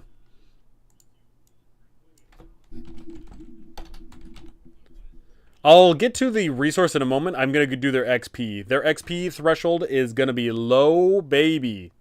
If you are a scoundrel, you're here for a good time, not for a long time. If you are a scoundrel, then your XP, you're going to be leveling up quick. But that's to compensate for your D4 hit dice, baby.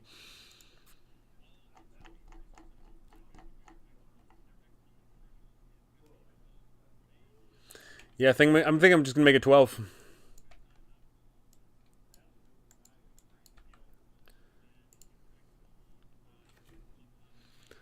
$24, $48.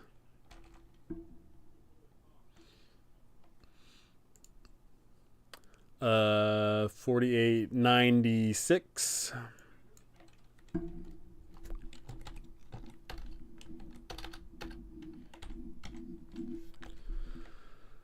Uh, 96. Then we go to 20.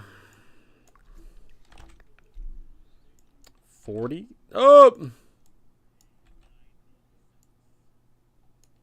80.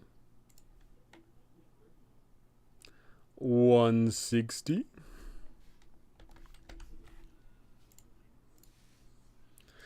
Scoundrel, some call me a thief, some call me a hero. I just call them all suckers.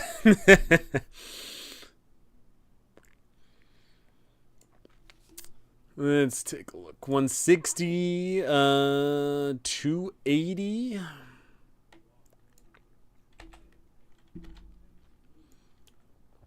400. Gosh darn it. 400, then 520.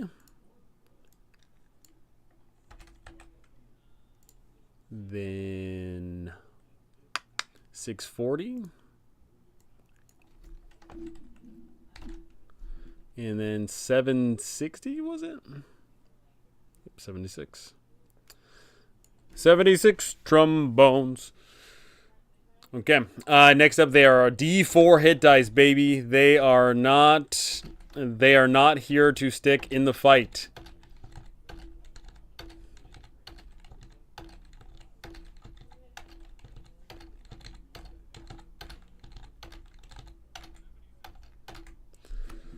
Ooh-wee.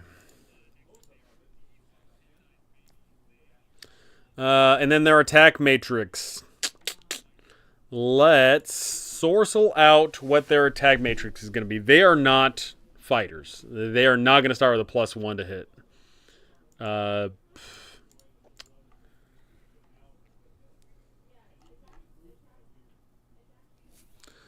I think they might just go up 1 every 2. I think that's probably what we're going to be at.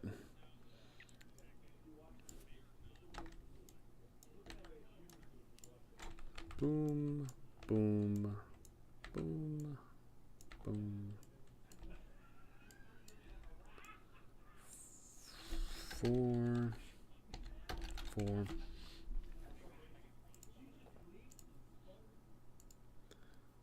What are we making? How's it going, Harrison?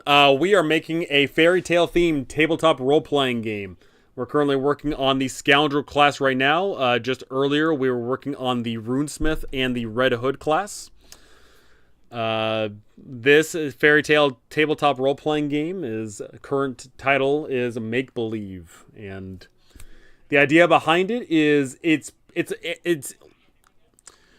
a bridge between first edition D&D and fifth edition D&D. It is not going to be overly mathy and complex as 5e, and it's not going to be as incredibly simple and straightforward as first edition D&D. How about the used car salesman trope? Spend luck points, you must be within reaching distance and try to buy the enemy's weapon during combat. They so one of the ideas with this class is the risky gambit. So you can declare a risky action to earn 1 luck point, and that one I don't know what the full mechanics are going to be behind that one in particular. If there even needs to be any, maybe that's just something you work out at your table. Like you say, hey DM, I'm gonna try and wrench the sword out of their hand, and they're like, okay, go for it, I guess. Oh hey DM, I'm gonna try and jump off of the thing here and land there. It's like, okay, you can roll for it. Maybe that'll just be the case. Level 5, and then they cap out at a +6. So, do I keep them at this track? 5, 6, 7, 8, 10, 11, 12, etc., etc. Let's take a look here. So, let's say at level 4 here. At level 4, that's when your alignment skills come into play, and a bunch of them are require you spending 2 luck. That means in a single day, which, by the way, I have it be where you only gain 1 resources back a day for every single class. You gain 1 spell slot back a day. You gain, whatever the case, back 1 a day. But then there's other ways you can supplement that. So at level 4, that would mean you have 8 of your luck points. That means if you are full up on your resources, you could do your thing twice a day, or not twice. You could do your alignment thing 4 times in a day. You could also spend 1 luck point throughout disengaging or sprinting. And then, of course, you can potentially get that back through your risky gambits. So I think this actually might be a good track. I think the track of 5, 6, 7, 8, 10, etc., is a good track to be on. Alrighty, next up, we're looking at the saving throws. So this is a scoundrel. This is a thief. This is the ne'er-do-well. What are they good at in regards to saving throws? We have Heart, which is staving off magical enchantments, charms, and spells that affect your emotions of mind. Fortune for evading dangerous or unlucky situations, which I can already tell the scoundrel that's going to be one of the ones they're really good at. Resolve for standing strong against physical challenges, poisons, and effects that test stamina. So they're not going to be good at that. Wit for avoiding mental traps, outwitting magical effects, and resisting spells that target clarity and intelligence. They're going to be good at that. Alrighty, so I want them to be good at fortune and wit. I want them to be not good at resolve. So, in fact, they actually are going to have a 16 in the resolve. And then for spirit, that's enduring life-draining magic curses and forces that threaten the soul, such as necromancy, ghostly powers, and demonic influence. I'm going to put theirs at 14.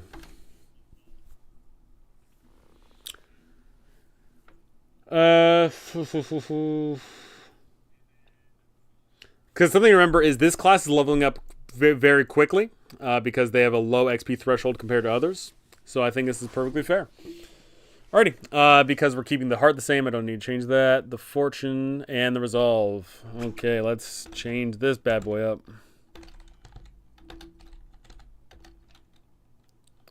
14, 13,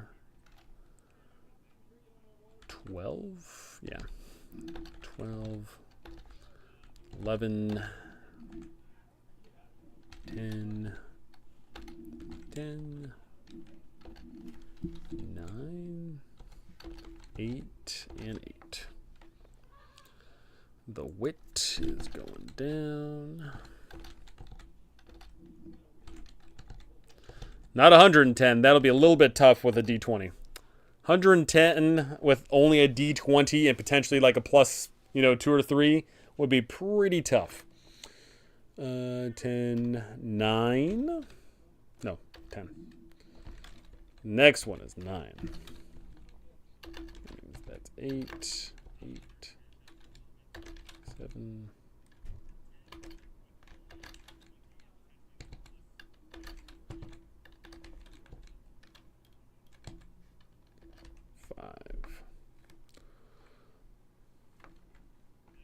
Oh, I messed that one up. How did I mess that up? 12, 10, 9, 8, 7, 6, 5. Here we go. That's got to be a 4. And spirit, unfortunately, needs to go up. Ugh.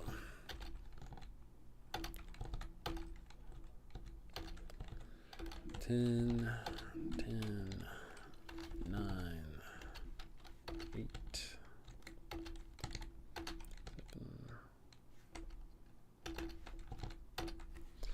Alrighty, that is the scoundrel class.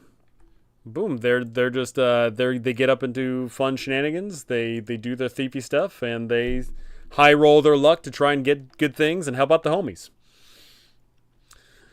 Next up, the soldier. The soldier is going to be the de facto fighter of this system.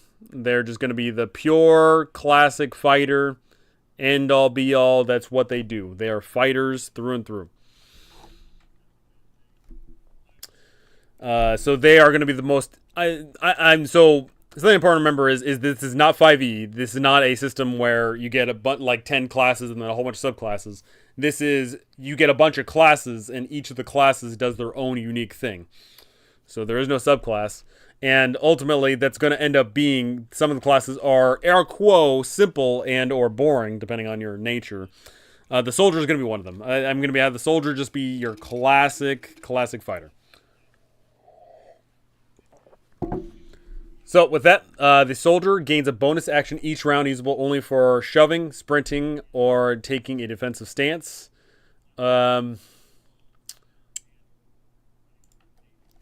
Which, I don't know.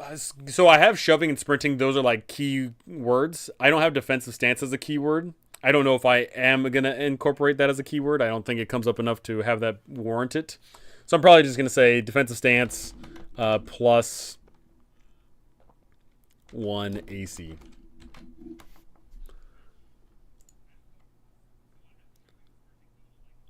So soldier up. Soldier up.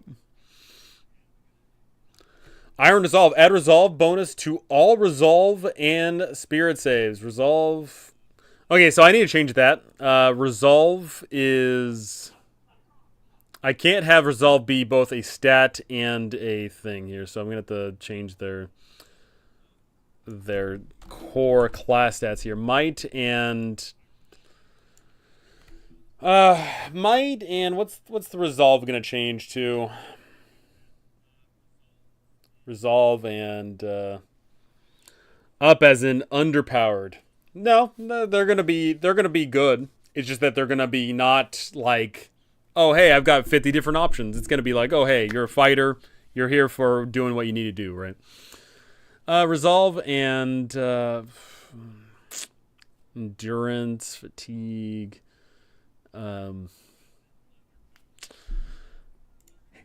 Quick Google Resolve synonym.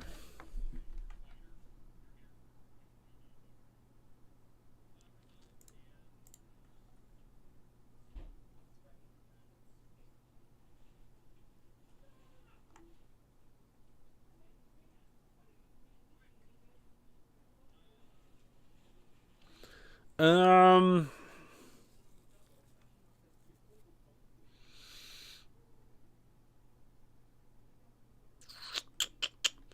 Hmm.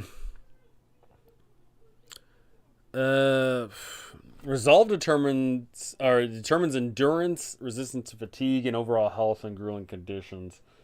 What would be? So, also a friend of mine, this system does not have a Constitution score because I hate Constitution as a score. I think it's a terrible, terrible score in the system.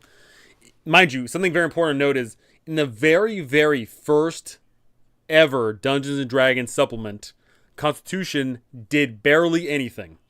What it was is if you had like, I think it was like a 5 or lower, you had a -1 to your HP. And if you had, I think it was like a 16 or higher, then you gained a +1 to HP.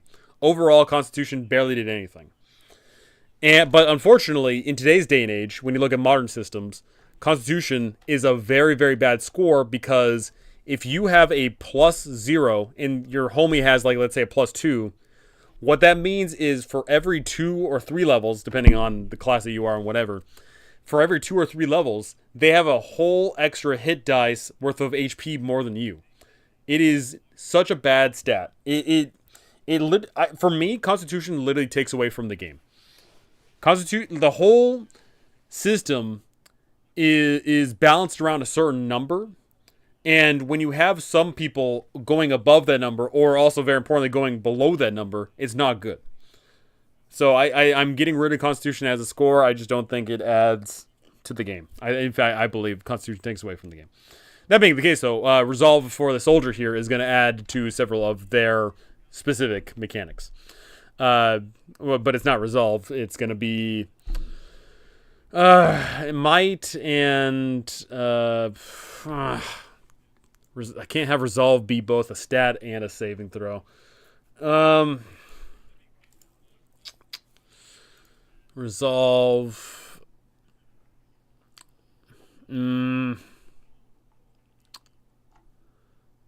That's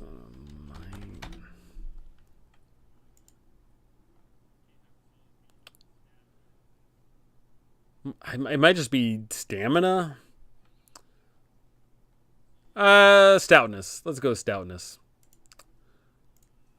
Stoutness sounds like fun. Stoutness.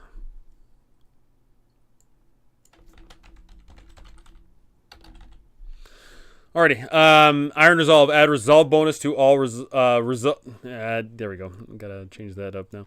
Add Stoutness. Bonus to all Resolve and Spirit saves. Additionally, recover 1 additional HP during rest. Once per week, allow your party to reposition before combat begins. Allies move up to half their speed without triggering opportunity attacks. Once again, I want features that show off that this is a team game. Right there, that tactical maneuver right there is something that tells you that you are playing a team-based game. I love telling my players that this is a team-based game. I love it.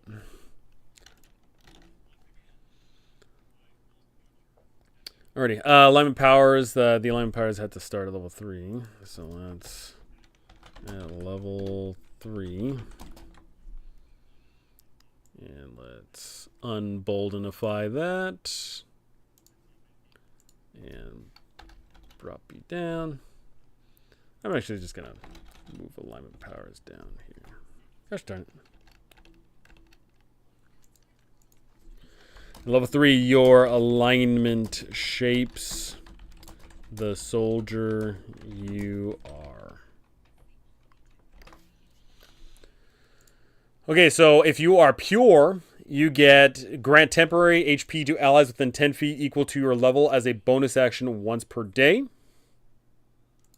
Which means that you're standing with the homies, you're level 3, boom, you give all the homies 3 temp HP. Awesome. Virtuous, allies within 10 feet of you gain +1 to saves against fear or charm effects. Cool stuff. Pragmatic Fighter, reroll 1 failed saving throw per day. Just, if you're a balanced character, then you get a free reroll. Cool. Terror Strike, once per day, add your resolve bonus to... Well, once again, I got to change the resolve here. Actually, that's not going to be resolve either. That's also going to... I'm going to change that to might.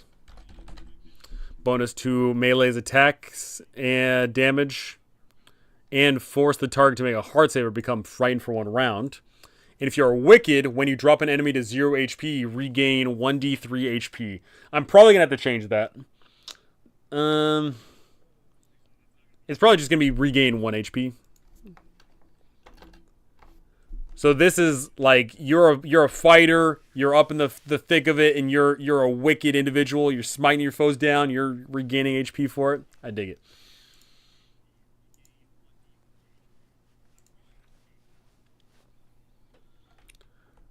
And so, whereas all the other classes, I have them, oh, hey, like your features are, tied to your resource system. For the soldier, I was thinking that the resource system is going to be fueled to do other things. So here I have listed, take 1 extra reaction per round, gain upper hand on your next attack roll, and shrug off the incapacitated condition for 1 round, not turn, round. Once again, just giving the soldier here just more options. Something that's very important about TTRPG design is it's always possible to, once a system is complete, to add on to spellcasters, because you can give them new spells. You can pump out new spells and supplements of that nature. It's very easy to do that.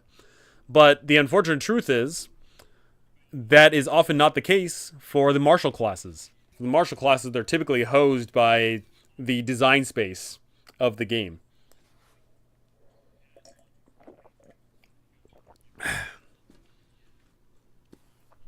So, like, for example, with Wizards of the Coast, what they did is the only way that the martials get any sort of design space enhancement is through the subclasses. So at level, in the player's handbook, the fighter, there was only 3 fighter options. There was the champion, the battle master, and the Eldritch Knight. But then flash forward, boom, they're adding more.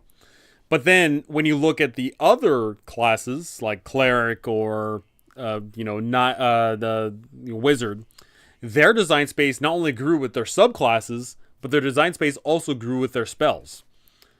And you can immediately tell like the magic supremacy that is present in the system because of the design space, right?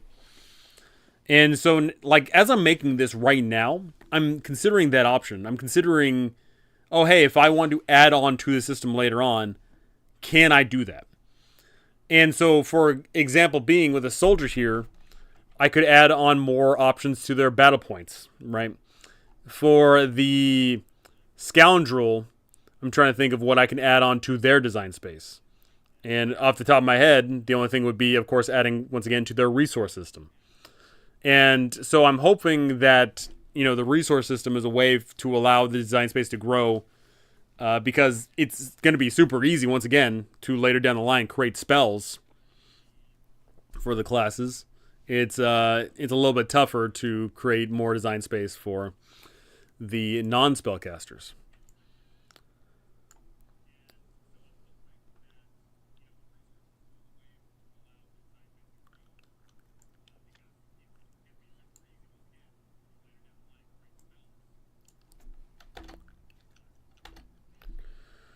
Um.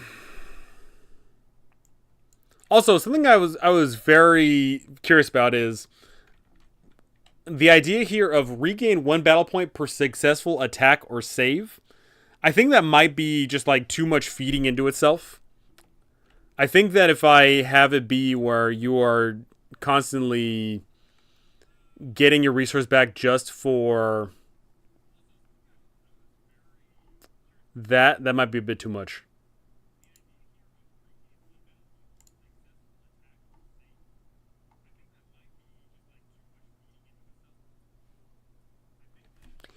Don't know though.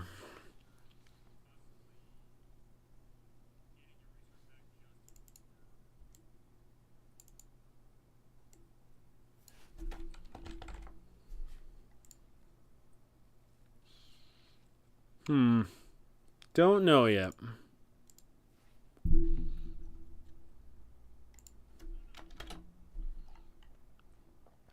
I'll keep it there. You get 1 battle point back per. I'll keep it like that for now. I'll keep it like that. Battle. Damn it. Alrighty. The soldier. They're going to be a flat 2K for their XP.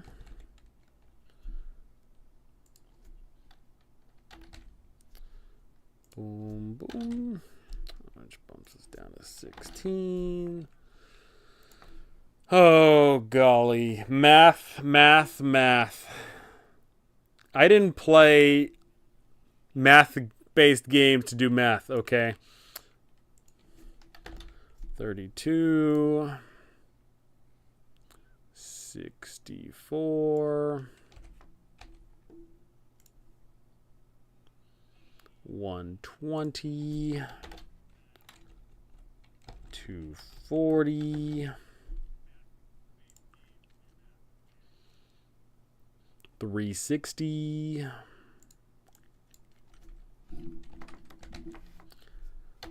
480.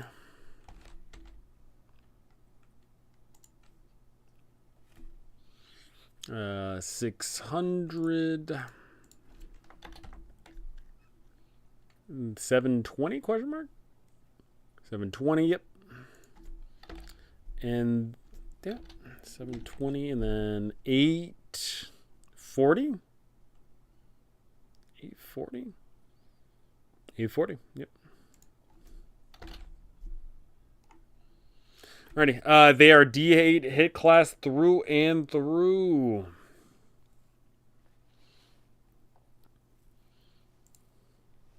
Although I'm going to give their pinnacle be a +3. Boom. Not that I expect most games to go to level 14 anyway, but it is what it is. 1,000-yard stare. Spend battle points as you clear your mind and think of nothing of the consequences. You really solely on your reactions as you move through enemies to get the glorious blow on the enemy. Trying to think of how to like mechanically interpret that.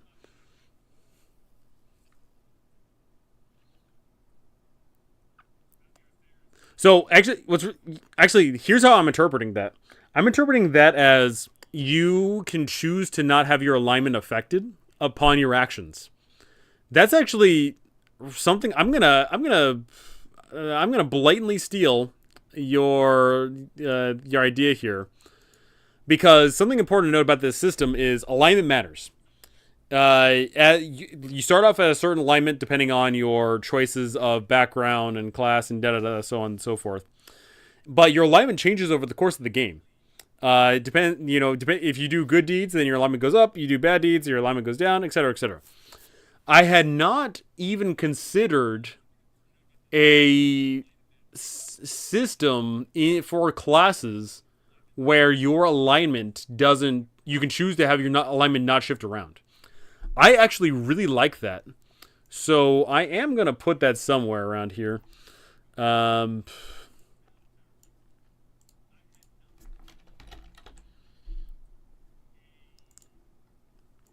Steal any idea I give for you, it's never theft. You saved me so many hours in prep.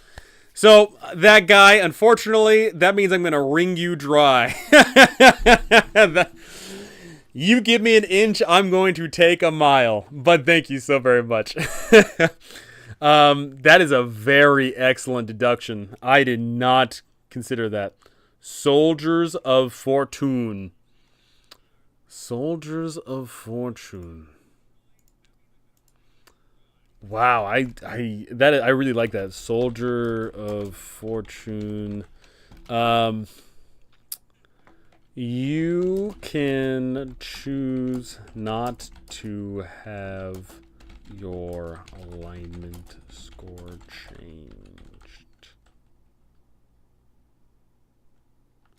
upon your actions once a day. So it can't be a thing of like, oh hey, I'm a really good guy. Like my alignment is pure, but I go and murder the orphans, and my alignment doesn't change. But it'll be something along the lines of like, oh hey, you can do a deed and just morally overlook it, kind of thing.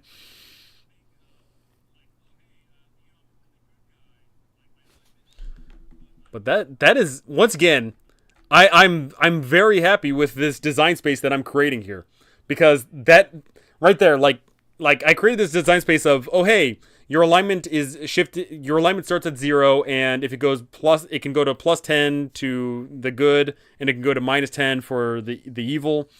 And I hadn't even considered the design space of you can affect how that potentially goes up or down.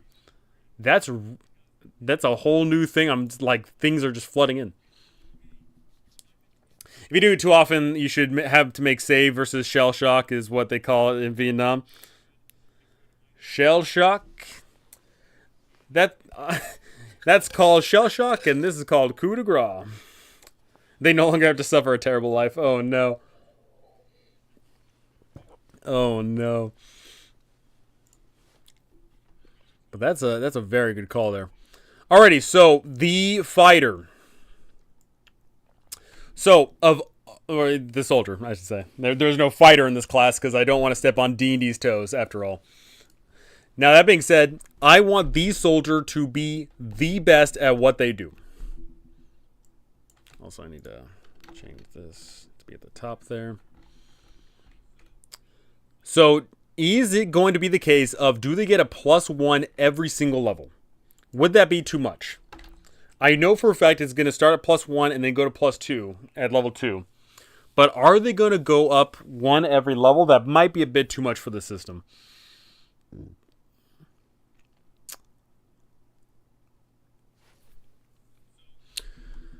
Okay, let's compare them directly to the knight. Although, that being said, I am going to have the soldier be a better fighter than the knight, purely because, from my perspective here, the soldier is like, oh hey, they only do the fighting thing. Versus a knight, well, yeah, knights are good at fighting. Knights also do a bunch of other things, and thus they're not like, the fighter. You know what I'm saying? So the soldier I have is as follows. Or the knight is as follows. They go +1, 2, 2, 3, 3, 4. Okay.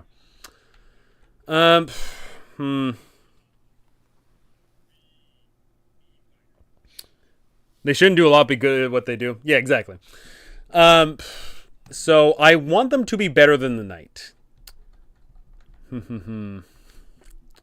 So they have a +1, 2, 2, 3, 3, 4, 5, 5, 6, 7, 7, 8, 9, 10. I might make the fighter 1, 2, 3, 3, 4, 5, 5. I'm probably going to go along with that mechanism there. Also, I skipped a class here and there. I'll have to go back to those at some point. In total, I think I've got a whopping total of like 20 some odd classes. How many do I have? Oh god, how many do I have? I don't even know. I got a nice variety though, that's for darn sure.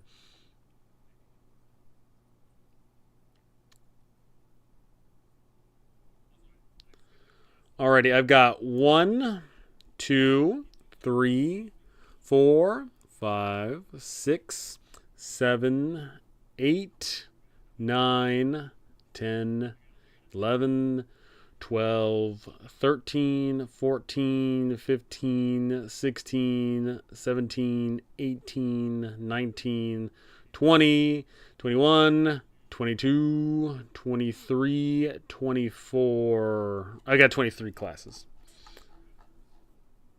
I think 23 classes is an odd number, so I might have to either get rid of some or add more later or something, but you know, we're already off to a strong start. So I'm going to give them 1, 2, 3, 3, 4, 4, not 34, 5, 6,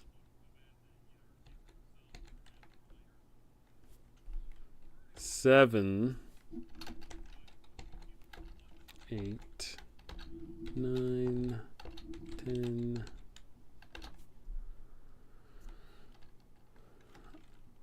11, 12.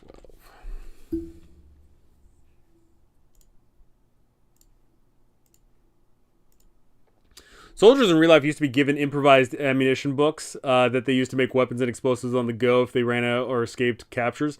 I know in the Ranger handbook they literally had the sticky bomb thing. Like that's no joke from the Saving Private Ryan. At one point in the infantry manual, there was a thing on building sticky bombs and things of that nature. You'd be surprised how often grave dirt was a spell component. Oh, I'm sure. I'm sure.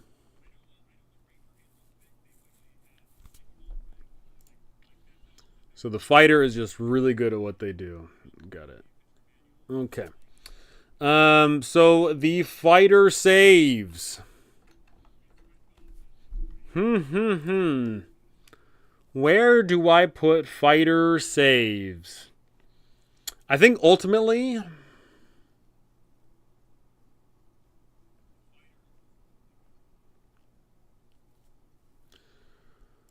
I'm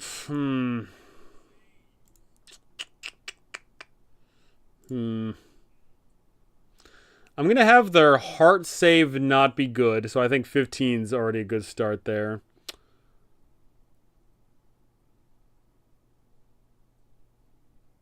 Heart resolve spirit. They can't be overpowered though. Like they're a boring class, but I don't want their saves to be oh so good. You know what I'm saying?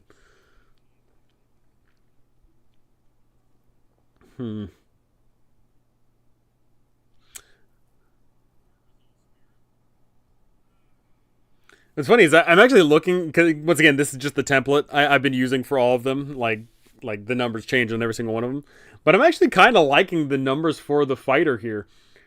I'm kind of already liking this. Although I think I'll make their I'll trade their wit for their heart. I think I'll make the wit go up a bit higher because wit once again is for avoiding mental traps, outwitting magical effects, and resisting spells that target clarity and intelligence. So I think we're gonna make their wit bad, and then I'll make their heart just better. Which means, unfortunately, I got to go down the line to do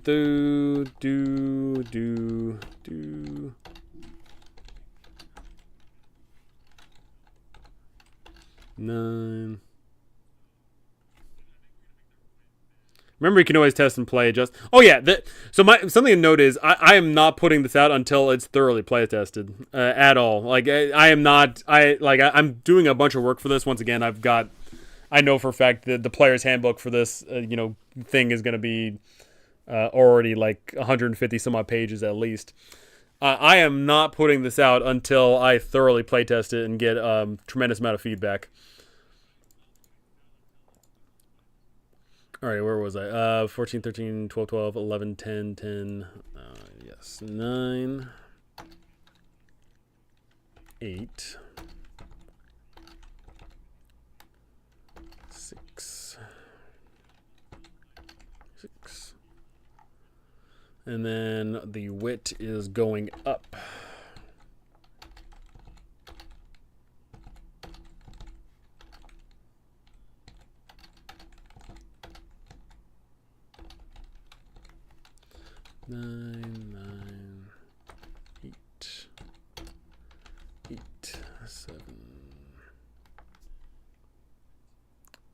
messed up there. There we go.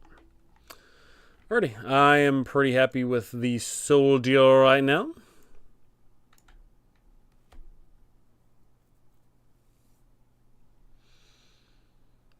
Spirit Caller. So this one, Professor Pone, if you're still listening, this is a summoner class. I know you love your summoners. I know you do. I know you do. So I actually need to change their Prime Rex here because that is not what I want.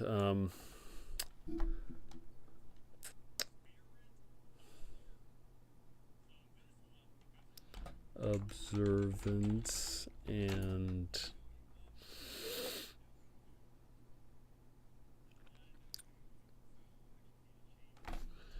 I need to change this stat here. What's the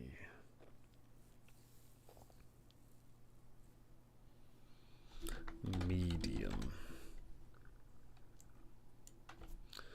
Observance and medium.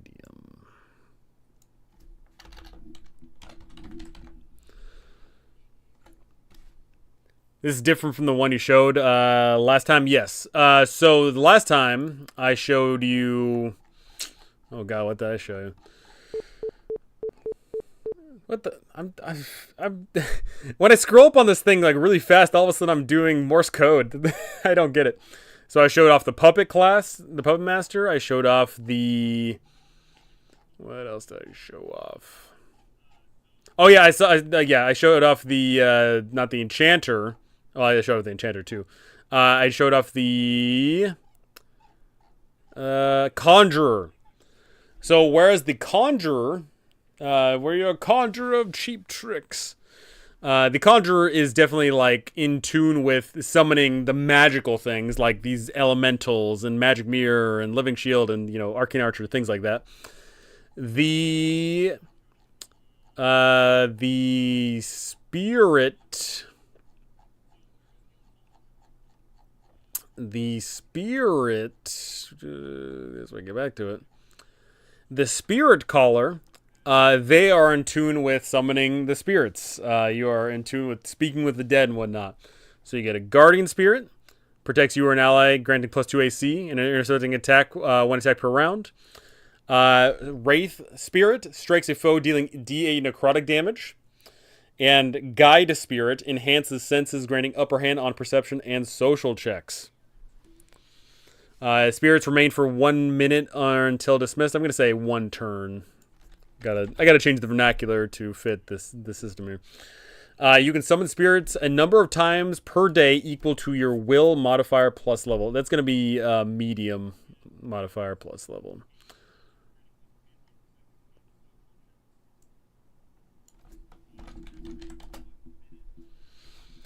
So, at the bare minimum, at first level, if you got 0 medium modifier, then you can summon it once a day.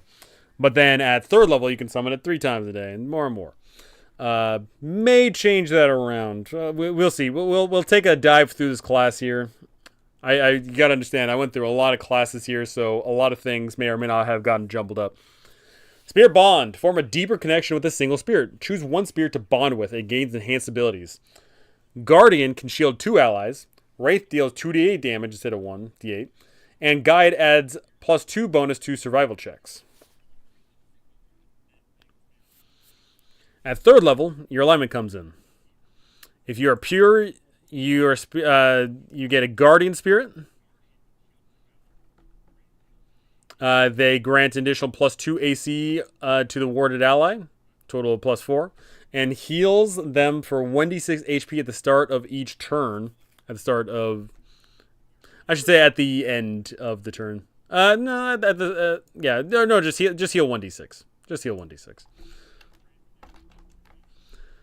And they also get the Wraith Spirit. Instead of dealing damage, the Wraith drains negative conditions like poisoned, frightened, or paralyzed from an ally within 30 feet. The Spirit vanishes after removing a condition. So, if you are a very, very good boy, you're a very, very good boy, your Wraith Spirit that was raking dudes and, killing people is now going up and being like, oh, I'll help you. I'll heal you. And the Guide Spirit increases ally saving throws by +2 while within 10 feet. Boom. Your Guide Spirit is now guiding your homies out of the way of the fireball. Next up, if you are virtuous, which is the step between neutral and goody two-shoes, your Guardian Spirit grants +2 AC and immunity to fear or charm effects to the warded ally. The Wraith Spirit deals 1d8 damage and purges magical effects or enhancements from the target on a failed saving throw. That should be in a failed...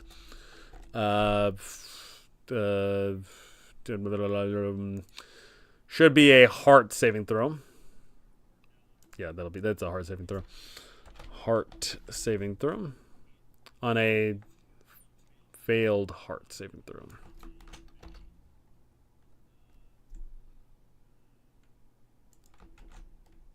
Saving allies. Omega lol. Listen. Gotta help the homies, you know? And the Guide Spirit, short rest healing rolls are maximized while within 10 feet of the guide. So this one, there is no short rest in the system. I have deemed it so. So this one is going to be...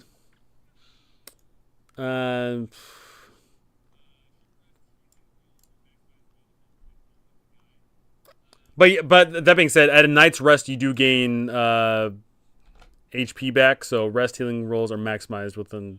So that still stands. Now, if you're balanced, Guardian Spirit gains resistance to 1 damage type chosen when summoned. The Spirit can change its protection to another damage type as a reaction. I'm gonna get rid of that text. I think you got to commit to the damage that you're focusing on for that combat. Wraith Spirit deals 1d8 damage of an elemental type of your type you choose when summoned. The damage type can shift once per turn. Once again, I'm going to be changing that. I think you got to commit. Guide Spirit grants advantage. Once again, there is no advantage in the system. It is upper hand on ability checks or saving throws of a chosen type.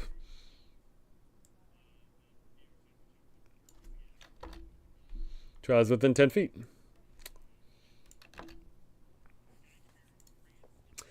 Alrighty, Dark. If you're on the bad, going wicked side of things, your Guardian Spirit reduces the damage of an enemy's first successful attack each turn. It should be each round. By 1d8. So if you're Dark, not only are you giving the homies AC, you're also negating the damage. Wraith Spirit deals 1d8 necrotic damage and reduces the target's attack rolls by 1 for 1 turn. Stackable up to 3. So if your Wraith's getting in there, then boom, you're nerfing the enemy down, down, down. Good stuff.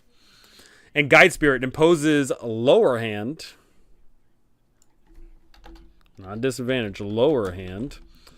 On insight and perception checks made by enemies. There's no insight in the system, so it'd just be perception.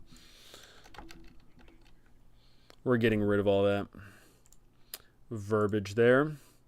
And Wicked. And also, I need to move this frickin' bar. It's in the way.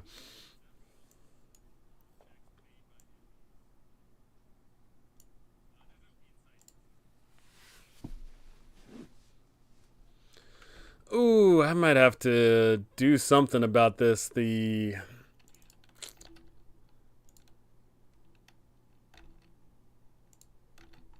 I can see I have a bit of an issue here in regards to space. Oh, I see a huge way I can save some space. Boom.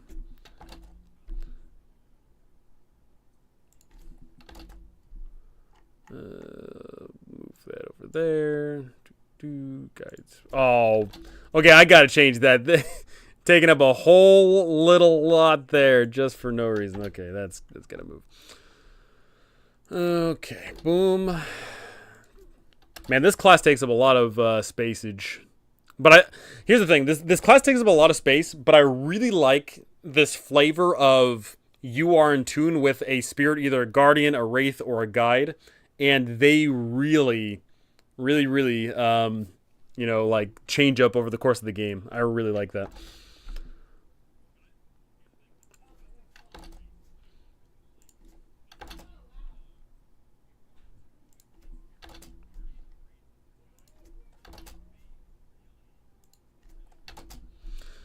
Alrighty. Boom.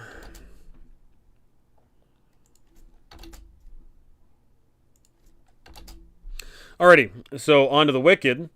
They transfer 1d6 HP from the attacker to the warded ally whenever the ally is hit. Healing cannot exceed max HP. That doesn't need to be in there. Let's be real. So, if you're Wicked and you're protecting a homie, your enemy attacks, boom. Even though they just got dealt some damage, then you get to sap some HP all around. Great stuff. Wraith Spirit, deal 2d8 necrotic damage and apply Frightened. And Guide Spirit drains 1 spirit point from enemy spellcasters within 30 feet, fueling your own resource pool. Good stuff. Loving the flavor here.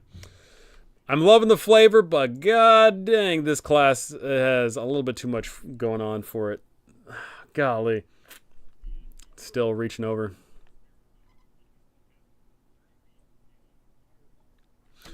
Alrighty. At level 4, you can see and communicate with spirits normally invisible to others. This allows you to grant insights about locations or other people from lingering spirits, spot hidden or ethereal creatures. Once per short rest, you may detect invisible foes within 60 feet.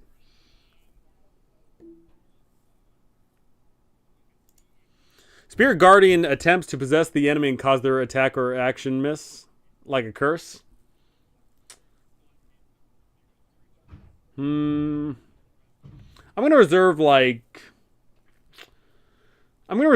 possession for like other spellcasting. I think because this class already has a lot going on for it. Let's be real. This class has a lot going on.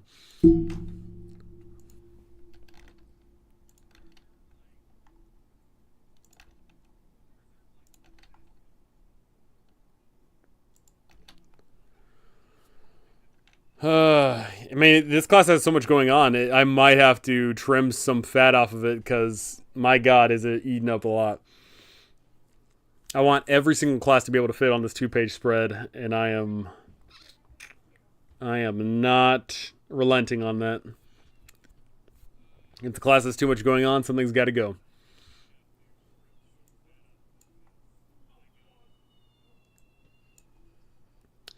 The Spirit Sight, spot hidden. I'm gonna get rid of this. I'm not loving this Spirit Sight. Spirit Intercession. You can negotiate with spirits to influence outcomes. Spend 2 spirit points to reroll a failed saving throw. Gain upper hand on a roll. Banish a summoned or hostile spirit on a spirit save. See, that I like. That I like. Man,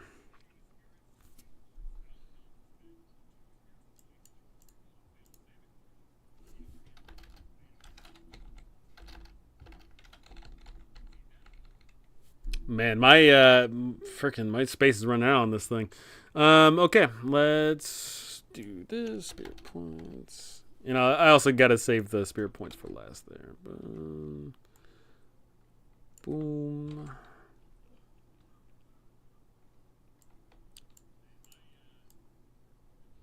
Boom. And alrighty. Spirit points. Let's get rid of that. Over here. Put it over here. Golly. Alrighty. Level 7. Spirit Communion. Perform a ritual. Gain visions of future events. Learn secrets about floor location. Asking your spirit or intervention. Granting a significant boon. I think that'll be too DM taxing, so I'm going to get rid of that.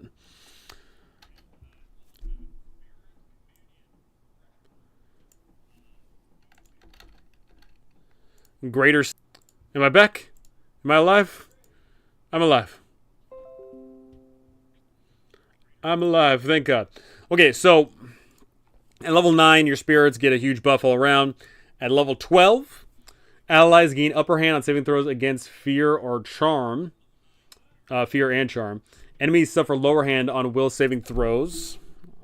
Does the throws really not fit there? Wow. And this aura lasts 1 minute.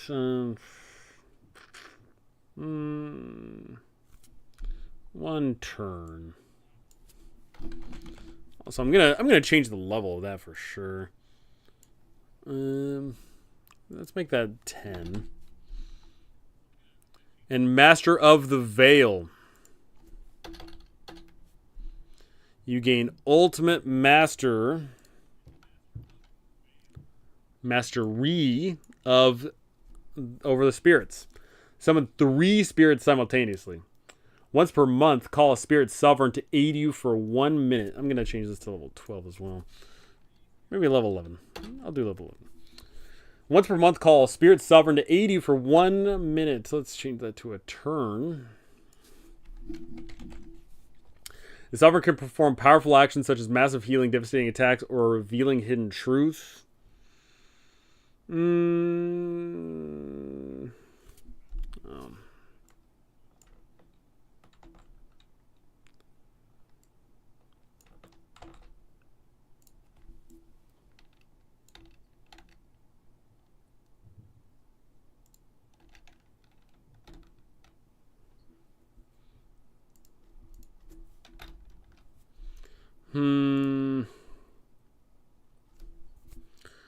How do I mechanically tie this one here? The sovereign can perform powerful actions such as the following.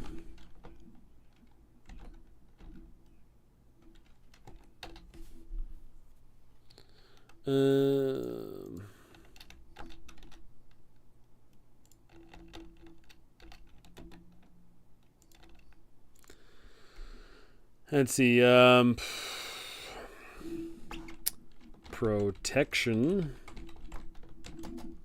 provides all allies 3d8 temp HP. Devastating attacks. Protection. Attacker. Let's go with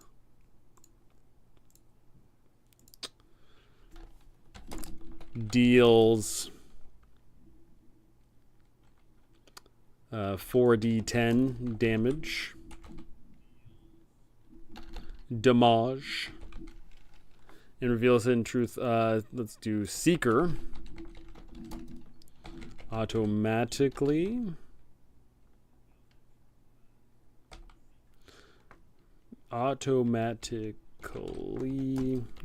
reveals hidden doors and sees through all. Gosh darn it. Illusions.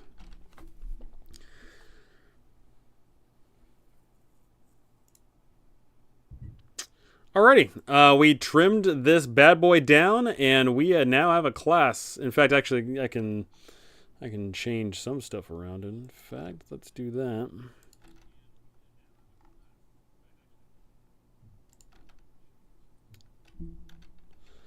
Ugh.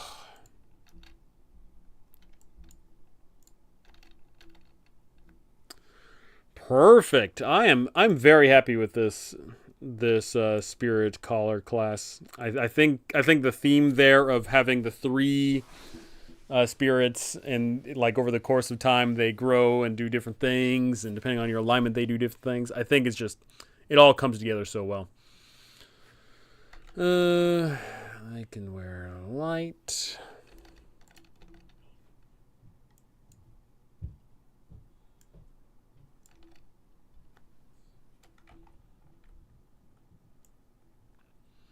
Alrighty, let's take a look at their XP. I think they're going to be a 2500 class.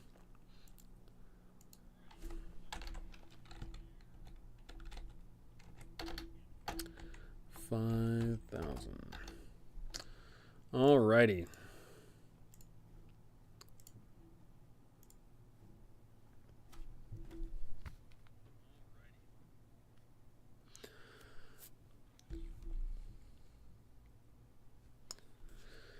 So, Chad, is there any new TV shows anyone's been watching?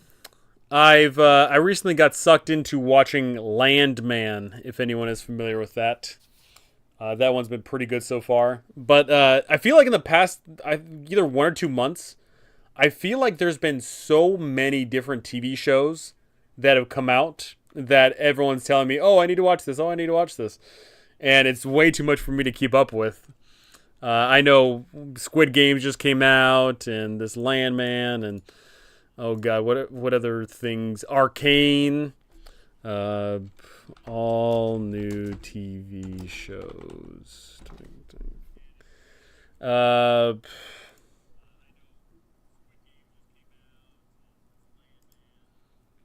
Trying to think of the other ones that people were recommending to me.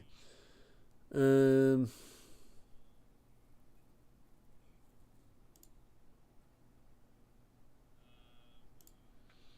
Oh, what's that one? Yellowstone in 1912 or whatever that one is. God dang, there's yeah. I'm just looking through it. People 100 years ago didn't have this problem. People did not. Oh, Penguin just came out recently. People did not have this problem of having too many things to watch. That was not a problem people had. Arcane was great. I'm currently rewatching Lost. So Arcane, I think I'm like 3 episodes in, and I need to finish that because I know it gets real good. Lost though, I never watched Lost. The only thing I know about Lost is the following.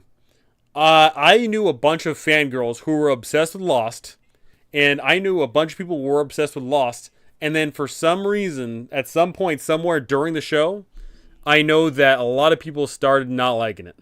That's all I know about Lost. But I was lost in the sauce on that one. I did not know anything about that show. The only I mean, I know it's about people on an island, but that's pretty much it. I know nothing else.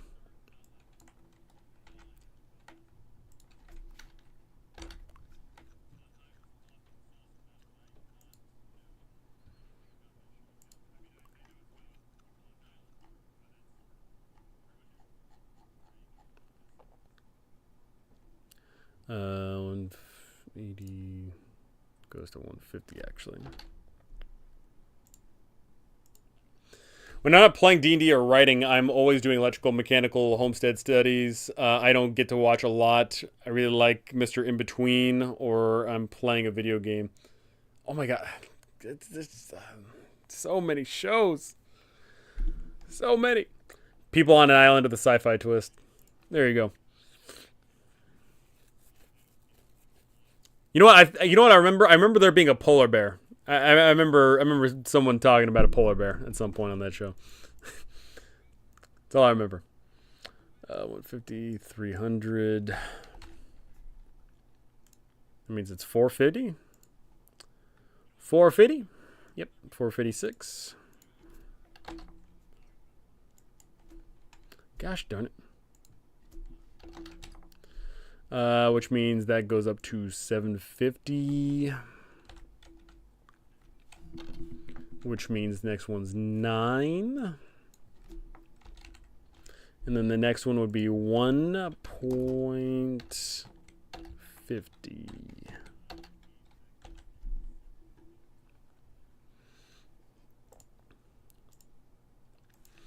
The polar bear from Lost makes me think of the monarch from the Venture Brothers. Oh my god, I need to rewatch the Venture Brothers. I think the Venture Brothers, I cannot think of any other show that had that strange of a release schedule, because between every single season, it was just a weird amount of time every single time. The Venture Bros release schedule.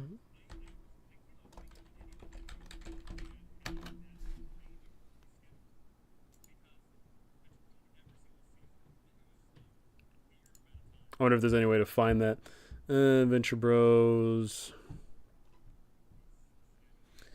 So it came out in 2004. Season 2 came out in 2006. Season 3, 2008. Season 4, 2009. Then season 5, 2013. Then season 6, 2016.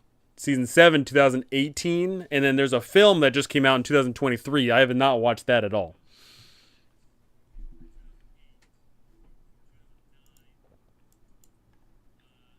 Venture Bros, epic show, though. Oh, Venture Bros is fantastic. Venture Bros is absolutely fantastic. Especially for, like, people like us who grew up with Hanna-Barbera. You know, growing up and watching those classic old school stuff, and then seeing like, oh hey, this is a fun spin on the old school stuff. The other show I really love is Harvey Birdman. Harvey, especially for people once again growing up with the Hanna-Barbera stuff. Harvey Birdman, Attorney at Law is fantastic. That show has the longest running gags 2 season from on damn joke to fully finish was just a piece of art, honestly.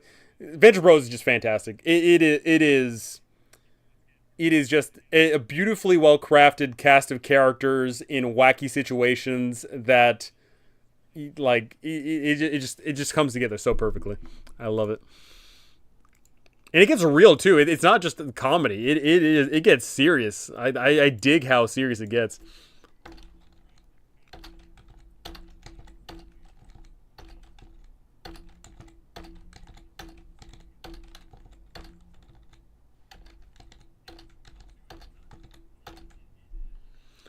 Alrighty, the Spirit Caller is not getting a bonus. Oh, they get a +0. They get a +0. I'll allow them a +0.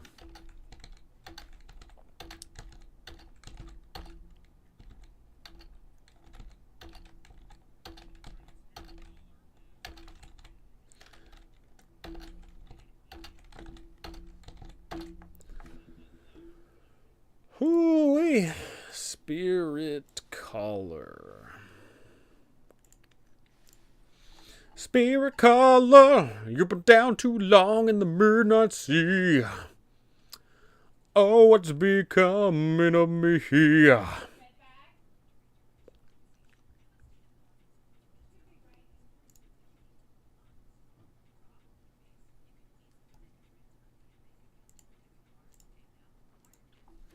Dr. Killinger was one of my inspirations for one of the longest running recurring NPCs in my game.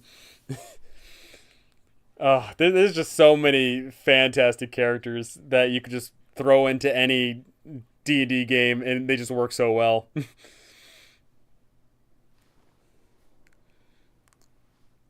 In fact, actually, one of my players at one point played a version of that. He's like, the great beyond calls you. You know, he would do stuff like that.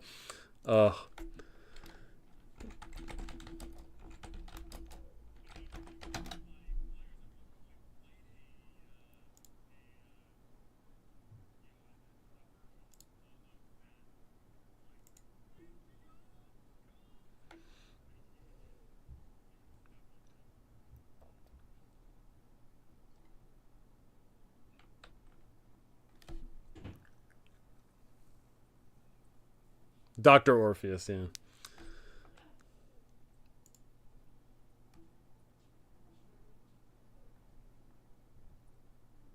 Dr. Orpheus's IMDb is non-existent. He has 8 listings. This man played an incredibly wacky, fun character and doesn't do anything else at all with his life. On film, anyway. That is so weird. He doesn't even have a picture. It's so weird.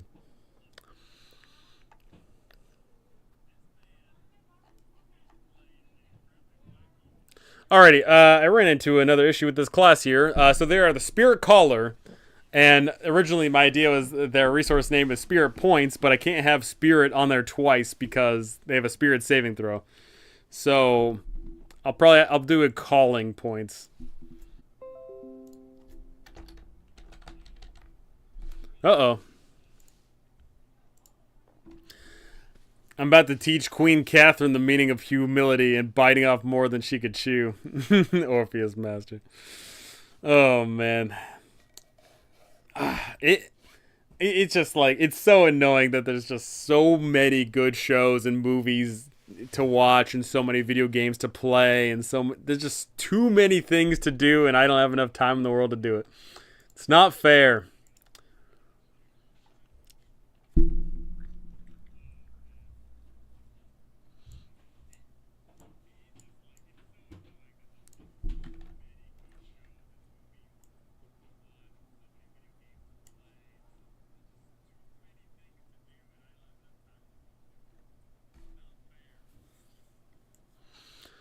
Okay. They get one per. Boom, boom, boom.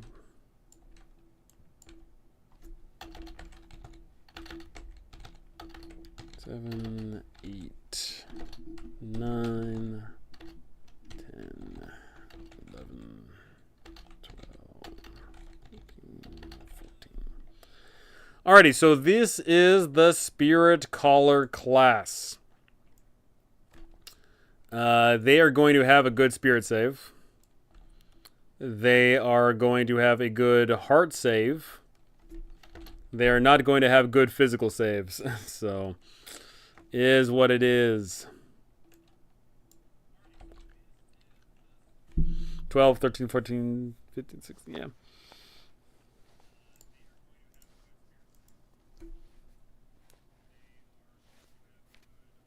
Trying to create a universe from scratch gets pretty intense. I mean, what I'll tell you is this: is when you're going to create a universe, you don't need to create the whole universe. You just need to create a small area. And something I find is when you create that small area helps build the rest of the universe. It just really makes it just like you question why are the things the way that they are.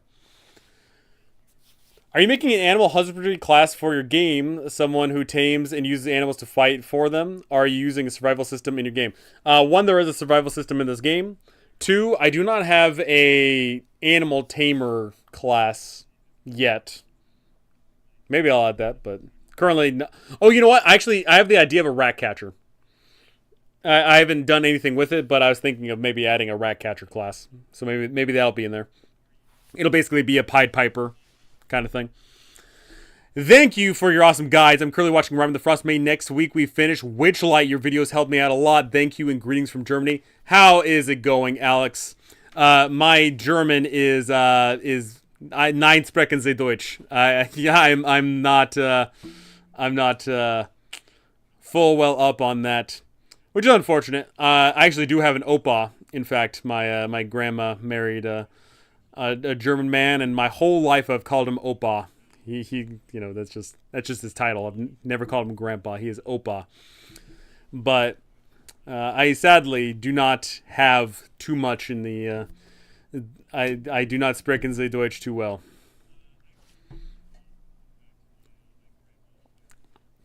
Ratcatcher should be inspired by Charlie from Always Sunny. That's a show I've never watched. You know, going back on to too many shows to watch, I have not watched Always Sunny. Sad to say. But Alex, that is awesome to hear that you are finishing up Rime of the Frost, or you're finishing up Witchlight now and going on Rime of the Frostmaiden. Awesome adventures, awesome stuff. It's so great to know that, like, all these years later, my guys are still getting use, but also those adventures are still getting heavy play. Like, that's awesome to know. I hope that trend continues on. Alrighty, 13, 12, 11, 11, 10, 9,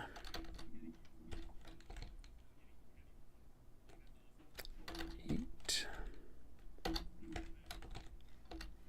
6, 5. Ruh-roh, did I mess up? I messed up somewhere. Oh, goodness. 13, 13, 12, 11, 11, 10, 9, 9, 8, 7, 6, 6. I definitely messed up somewhere. Because it's 2, 1, 2, 1, 2, 1, 2, 1, 2, 1. Oh, here we go. 7655. Here we go. I recommended your videos to one of my players who will run Witchlight next. Heck yeah! Thank you so much. That is awesome to hear. I'm always ecstatic when people throw me a bone. It's funny because ultimately, I talked about this in my video today, but my channel is for DMs, which if you are trying to make content for tabletop role-playing game viewers, making things only for DMs is a dumb play. Because only, on average, like 1 in 5 people that play D&D are DMs.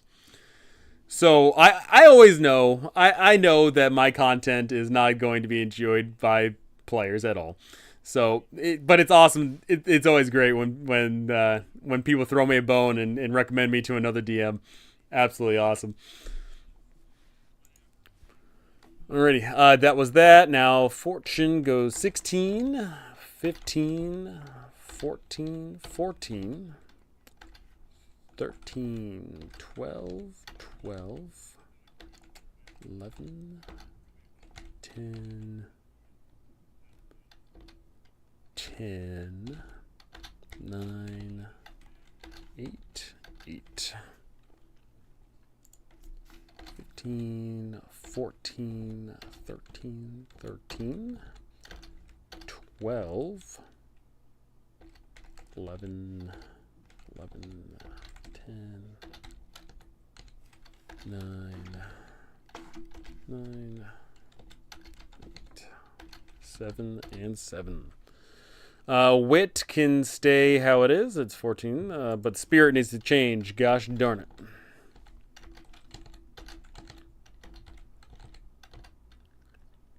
Ten, 10. 9, 8, gosh darn it.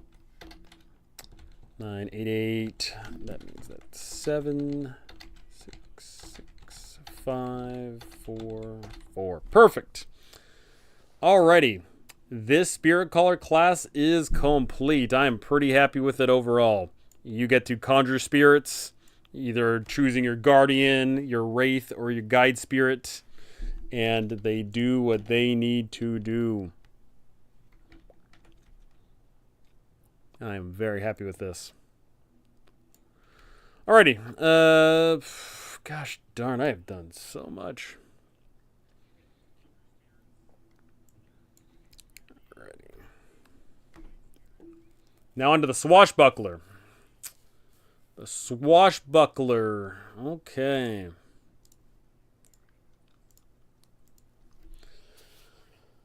Whew. When did I start the stream? 3 o'clock. So I've been streaming for 2 hours and 48 minutes. Got it. Yeah.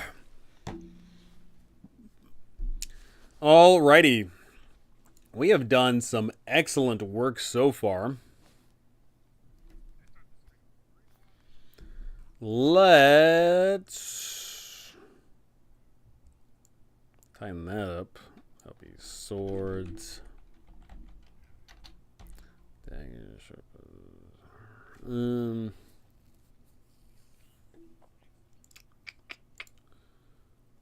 Style grace. He shaved a stash. He take up a nash. Is it the natural progression for DDCCs to make their own system? Here's the thing, Cloudy, is I'm going to let you in on a little secret.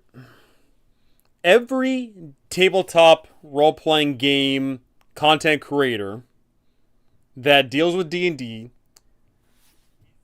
we get heavy exposure. Not in regards of like oh, if you've got 10K subs, big exposure. I mean exposure to the system. Whenever we put out a video, and taking for example like a good friend of the channel, Bob World Builder. Bob World Builder puts out a video where he talks about, oh hey, I'm gonna add this to my game of 5e. And what ends up happening is, through the comments and through other YouTubers who talk to him on the side, is they learn a lot of the mechanisms of the game. Like, oh, hey, what if we change this system and put this system in here? And then you get the flooded comments. You get the flooded comments that do things like, oh, hey, Pathfinder already did this. Oh, hey, you should play Pathfinder. You should play Pathfinder. Spoiler alert, if you do any videos that entail adding more systems to 5e, a lot of people will just tell you to play Pathfinder. But there's other things too. Like, it'll be, you'd be like, oh, hey, I tried out this system for my group and it worked. Oh, I tried out this system and it didn't work. Oh, I did it, so-and-so. And so what ends up happening over the course of time is you create all this content, and you get all this feedback and you get all this info and all these stories and all these things. And what you end up coming to the conclusion is 5e is not the greatest at any one thing. 5e does what it does, but ultimately, every single tabletop role-playing game on planet Earth serves a function. It sells a certain type of theme, tone, feel, and setting, and you have to play to its strengths, and you should avoid its weaknesses. And there's only so much homebrew you can add to a system before it becomes that Theseus' ship, right? If we strip away all the parts of 5e and then put our own parts into 5e, are we still playing 5e? And what a lot of people end up coming to the conclusion is sometimes it's better just to either, one, play a different system, or two, create your own system. And so I'm in that boat as well. I'm in the boat of I'm creating multiple different tabletop role-playing game systems. This is my most complex tabletop role-playing system I'm creating. I've got a semi-complex system, and then I got a very simple system. They aren't out yet, for the record. I'm going to be publishing those within this year. But ultimately, we as individuals want a certain thing out of the game. We want a certain theme, tone, narrative, feel, setting. We want it to be mechanically either rich or simple. We want it to be, we want it to be so many different things. And 5e isn't meant to be everything. So it's better just to create your own system to get that feel that you want. And that is, of course, the route many, many content creators go down. Swashbuckler looks solid. What does stun do in your game? Stun in my game does the following.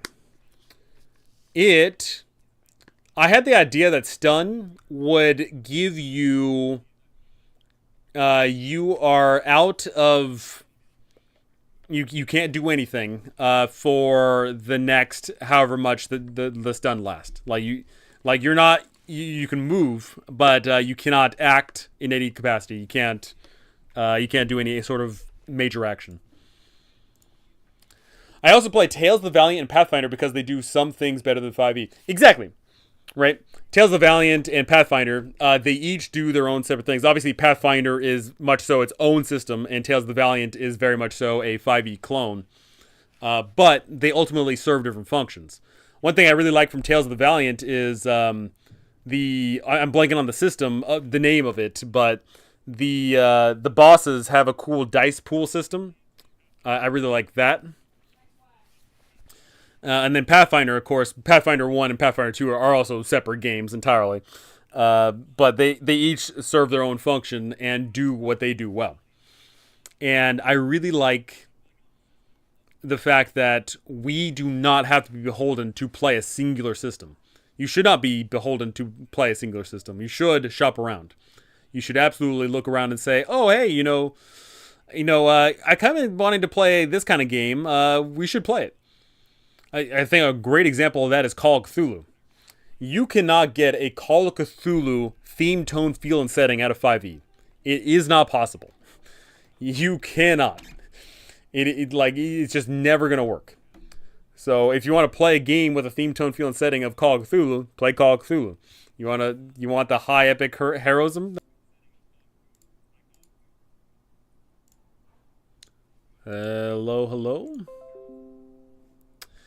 I think someone's rubbing off my internet or something. Mind you, I do live in California, and we do have those terrible winds, which are making people evacuate and whatnot. Maybe that's causing some issues. Who knows?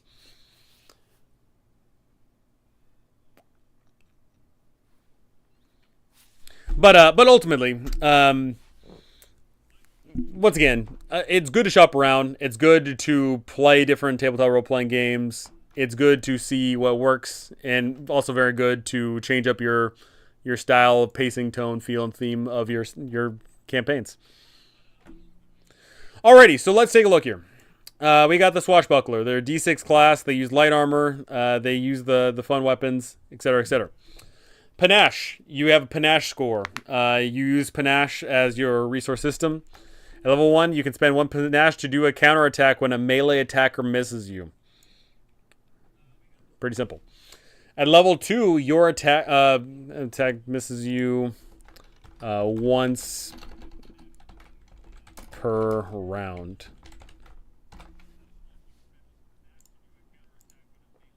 Have you ever played the Dark Souls campaign? I have not. So, what's really funny about the Dark Souls book is that was obviously worked on by people that didn't know everything about D&D, because there is some problems with the mechanics system in place. I recall specifically there's a thing of a character starts with armor that they are not allowed to wear because of how the system works, which is pretty funny. What else is there? I recall skipping through the book because I saw it at a local hobby store, but ultimately it is. I never got around to playing it. I don't think it'd be. Once again, I think if I wanted to play a Dark Souls feel, tone, theme, and setting campaign, I would not use 5e as its base. I would use a separate system for sure.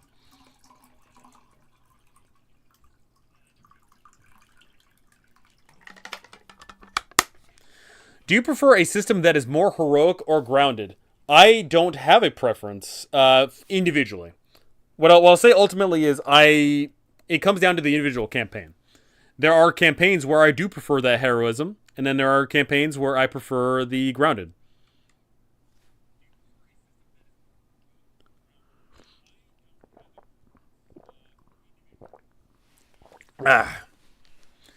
So I've ran campaigns. Cloudy, I've got this character, Prof Pone, in our chat here.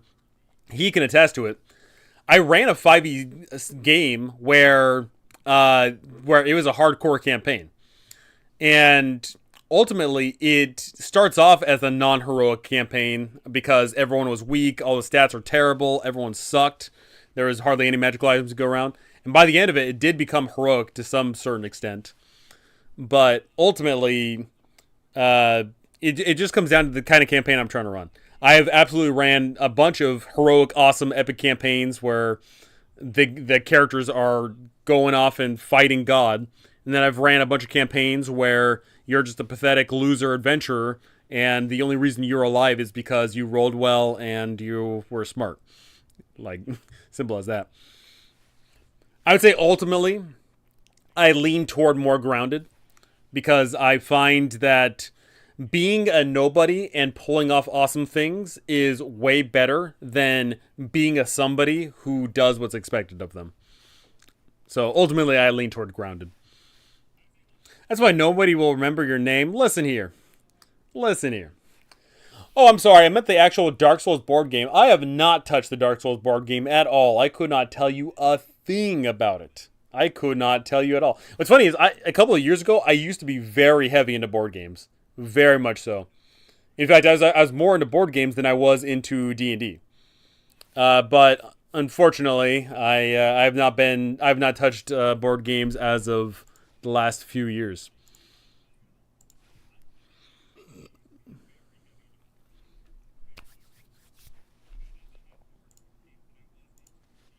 What kind of adventure are you writing? You mentioned it in your latest video. So first off, thank you. Well, first off, thank you for watching the video. that right there is already pleasant up.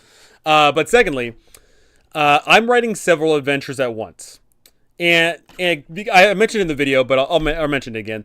My idea is I'm going to have back-to-back releases of content, because I have this fixation in my mind that instead of releasing one piece of content and then waiting a long time and releasing another piece of content, I'm going to have I want a nice like schedule of release content. One of the adventures I'm writing is a epic hex crawl reverse mega dungeon crawl. What do I mean by that? The campaign starts off with you and your fellow adventurers being teleported to the bottom of the dungeon of a deep, deep dwarven mountain ruin, and your job is to try and return back to the surface. And the only way you do that is presumably climbing up through the location. That is one of the adventures I'm writing. Number two, another adventure I'm writing is so let me back up there.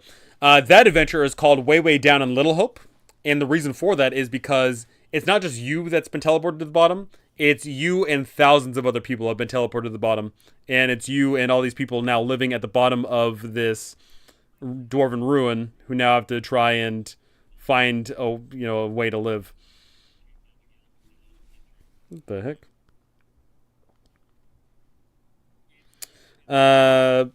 Number two adventure I'm writing is Slay the Beast. Slay the Beast is a rendition of Beauty and the Beast, where you play as adventurers who are delving into this epic, awesome castle and its grounds and must, loot the place and fight the big bad beast. And besides those two big adventures I'm writing, I've got a slew of smaller adventures that I'm writing. I'm writing a bunch of either 10 to 40 page adventures, and a lot of those are fairy tale themed. I'll go ahead and pull up some of them right now. I've got one involving a witch's house, one involving a witch's prison, one involving a witch's tower, a haunted mansion, a Geppetto's dollhouse, a dwarven gem mine, a thorned palace, a cathedral of the Candlemaker, a three bears house, an evil queen's castle, a giant beanstalk adventure, the Croaking Crown. You'll never guess what that's about. The Rat King's Revelry, the Castle of the Golden Eggs, and a whole bunch of others. And so my idea is I'm going to be releasing a bunch of this content back to back to back. I'm going to be pumping that out through whatever means that I can, probably through Patreon. I'll be trying to, get my channel up and running, trying to get more views, and hopefully send more people to my Patreon to be getting all that info. But when it comes to the TTRPGs that I'm creating, and also the big adventures that I'm writing, those will probably have to start through Kickstarter. Because with those, I'm going to need a lot of art. And surprise, surprise, I'm not an artiste. I do not have any art skills whatsoever. And it doesn't matter how great of an adventure you write these days, you need art. And so I'll probably have to do those through Kickstarter. And so yeah, that's my list of stuff. I hope way down they run into the demon that Asmodeus threw out of the Baedor. He used to be the ruler. He had the ability to slay gods and was a bane to anything divine. So with these adventures, I'm not going to be touching Wizards of the Coast IP, unfortunately. I kind of got to stay away from that. So is what it is. I'd rather buy an adventure written by you than from Wizards. I love fairy tales. That's why we chose Witchlight. Almost 35 sessions and only 1.5 fights. Yeah, my Witchlight campaign as well. We only had 3 fights throughout the entire campaign. And mind you, they weren't killing people either through those fights. One of them was up against the Harengon. One was the finale fight. But my God, what was the middle fight? I know for a fact there was 3 fights throughout that campaign. Oh God, what was it? Propone, if you remember, feel free to chime in. Oh goodness, what was that? But I'm writing all those my mini adventures for this system that I'm writing, because the system that I'm writing here is the fairy tale themed TTRPG. Codename Make Believe. Alrighty. Which fight? There's 3 fights throughout that campaign. I know for a fact there was 3 fights. There was one against the Harengon, and there was one against the big bads in the very end. Do you remember what that 3rd fight was? Like, I'm trying to place it on, but I'm blanking on the top of my head. What was the 3rd fight in that campaign? Or am I misremembering, and was there only 2 fights?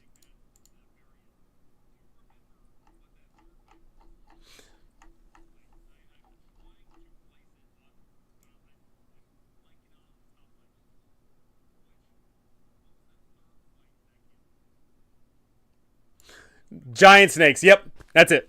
That's the only 3 fights throughout that campaign. It was snakes, Harengon, hags. That's it. He always regrew from his horn. Unkillable. Okay. Wanted to say thank you for your adventure module series. It is very hard to find someone to explain the books in a way that pays respect to the writer's intentions. No problem, Cloudy. No problem at all. I actually talked about that in my video today. Ultimately, there's very few D&D tubers that cover the adventure modules because, let's be real here, if you are only covering the adventure modules, you're really only pandering to the DMs, and if you are trying to be successful on D&D YouTube, then why would you pander to only 1/5 of the audience? You know what I'm saying? So, obviously, me and all the other D&D tubers that cover the adventure modules are pretty dumb in that regard. But, ultimately, a lot of the other D&D tubers, what they would do is they'd be like, "Oh, hey, so here's this area. Let's make it better. Let's add this whole thing in. Let's change up the stat block. Let's go here. Let's do that. And ultimately, I wanted to avoid that for a number of reasons. One, I wanted to have the privilege of I wanted to have the privilege of being the person that is the audiobook for these adventures. I wanted to be the person that wanted to appeal to people that wanted to run it as close to rules as written as possible, and things of that nature, right? And one thing that's actually really cool about the audiobook thing, I have several blind people who have told me that because of the way I talk about the adventure and the amount of detail I go into it, it allows them to visualize the adventure better. And that is an awesome compliment, right? That's fantastic. In fact, a while ago, I tried messaging Wizard of the Coast saying, "Hey, would it be possible to create audiobooks out of these things, or create some sort of official thing to make these books, for the blind and all that?" I didn't get any response. Go figure. But I think that would be cool.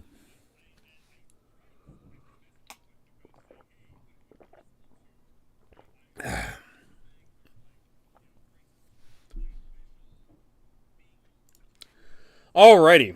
Let's take a look at this class here. So the swashbuckler, light armor, swords, daggers, da-da-da.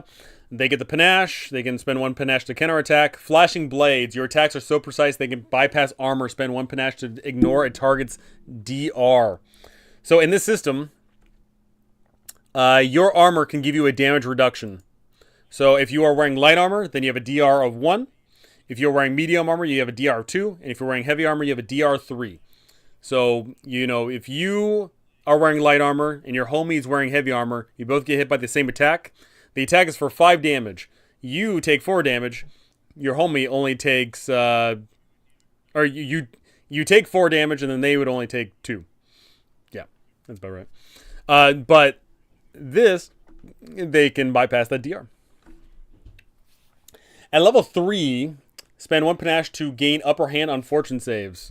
That's just a solid right there. I'm also going to give their alignment bonus here at level 3.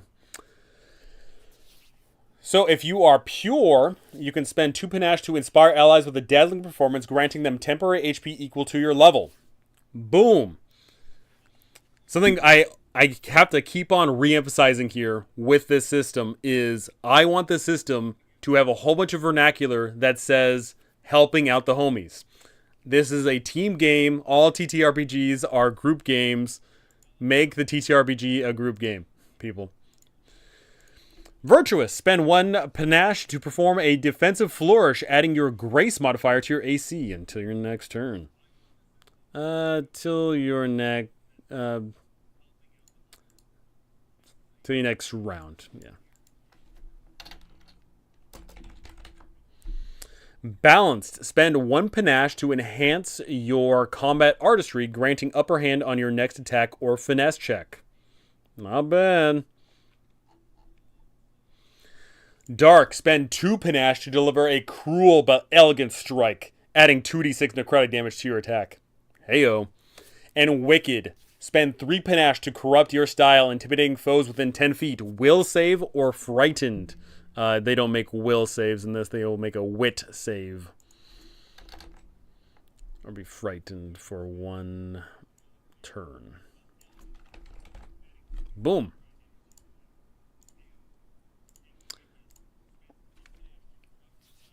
We fought the gelatinous cube and helped the unicorn, but didn't kill that guy. But we had a sewing competition with the puppet at Skabathas and tricked the Harengon guards into taking vacation. It's honestly like Wild Beyond the Witchlight is just such a grand example of D&D 5e is a combat system. No matter how you look at it, no matter what the developers try to tell you, it is a combat system. 90 some odd percent of the spells are for combat. 90 some odd percent of the features are for combat. If you look at, of the how many pages are throughout that book that detail anything mechanical input wise, the majority of them are for combat. And yet somehow, some way, they crafted a beautiful adventure that doesn't deal with combat, or at least it doesn't have to. You obviously can run it as a murder hobo spree, but it loses its charm if you do. And Wild Beyond the Witchlight it holds a special place in my heart for so many different reasons. It's so beautiful. It's so cute. I actually play tested it, mind you. I got to play it before everyone else, which is pretty dope. But ultimately, it's just so good. And I fear that because it was such a unique experience, we're never going to see a venture like that from Wizard of the Coast again, or at least not for the foreseeable future. Because Wizard of the Coast, for their adventure module lineup, they have been so inconsistent in regards of the themes and the presentation styles and the overall vibe of adventures. No 2 adventures have like, oh, hey, it's like this, but that. It's always like, oh, hey, this adventure is wholly unique. And sometimes they do good. Sometimes they absolutely, strike home runs. But then, unfortunately, they do, in my opinion, they swing and a miss sometimes. But my God, was Wild Beyond the Witchlight a absolute grand slam. So good. So good. Alrighty. Okay. Artful Footwork. At level 5, you can disengage as a free action without spending panache.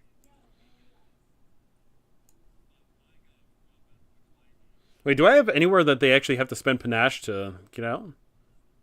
Is that a thing? Did I write that somewhere? I don't think I did.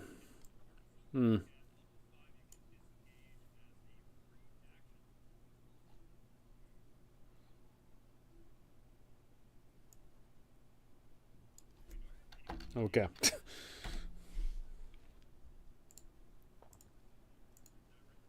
Is Murder Hobo going to be a class? No. The players can bring themselves. I'm not going to make a Murder Hobo class. At level 6, your critical hit range with weapons is increased by 1. So something important to note is critical hit range, because this feature is saying it's increased from 1. However, there are other things that could potentially increase your crit range. So if you have 3 things that increase your crit range, you go from 20, 19, 18, 17, right? Or 19, 18. Yeah. If you have plus 3 to your crit range from whatever, then it'll go down. And potentially increase your chances to crit. How about a monster? I'm not gonna label anything as the murder hobo. That's a little bit outside of my purview here.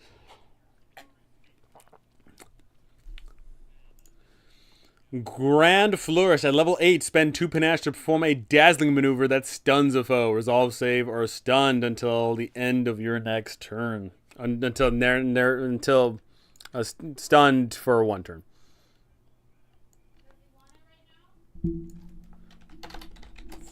Stunned for 1 turn. At level 10, you can move through difficult terrain without penalty and automatically succeed on balance-related checks. I'll move this down. Actually, I think that this should come up earlier for sure. So let's actually put that here.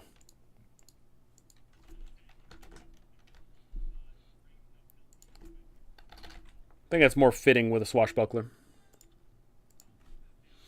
It would be meta, have him ask for a change they don't give, he stabs. Oh no.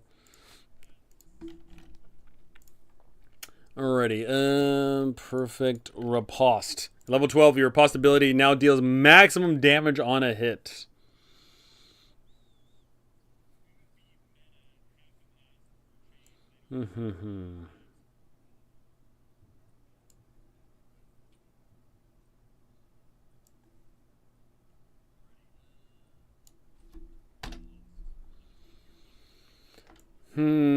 The panache. Okay.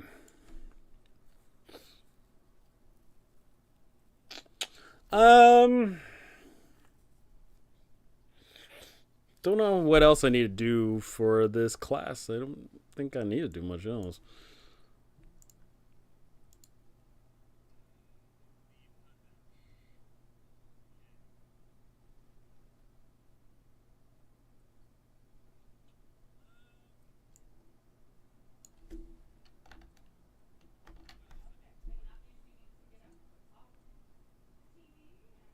I feel like I'm missing something with this class. I don't know. I feel like they need a little more something here. Help me out, chat. What does a swashbuckler do? Because so far I've got you can spend a resource to counterattack. I've got you can spend a resource to overcome their defenses. You can spend it to gain upper hand on like dexterity saves. I've got you automatically succeed on balance related checks. I've got disengage, critical hit range, stunning foes with their performance. What else? What does swashbuckler do? Because I feel like I need like something here. I feel like I need a little something more here. I don't know. Swashbuckler feels a little empty to me. What do they get? They swash their buckles. Listen here, Pone. Pone, you silly goose. You're just you're asking for it, mister.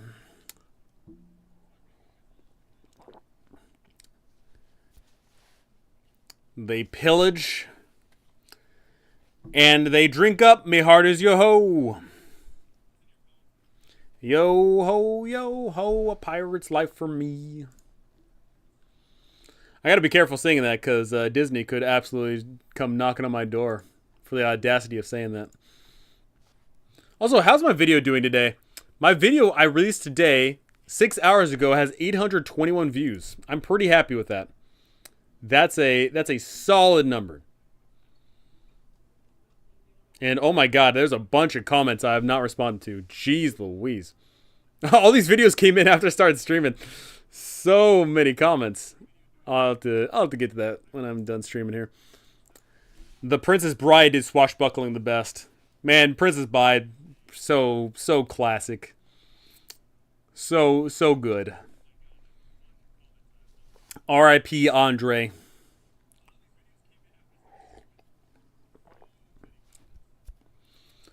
Yeah, I'm trying to think. Like, I feel like they need a little something here. Let me Okay, so let me look at the cause, like, not that this is like 5e, but I'm actually gonna like look at the is it a swashbuckler in 5e, like the subclass? I'm gonna take a look. Like, what systems do they have in place to make them feel swashbuckly, if at all?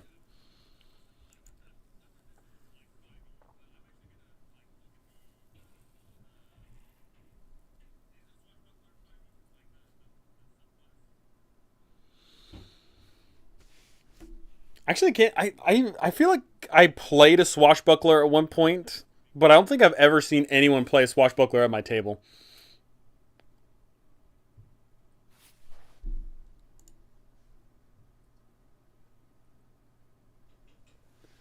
Let's take a look. Swashbuckler.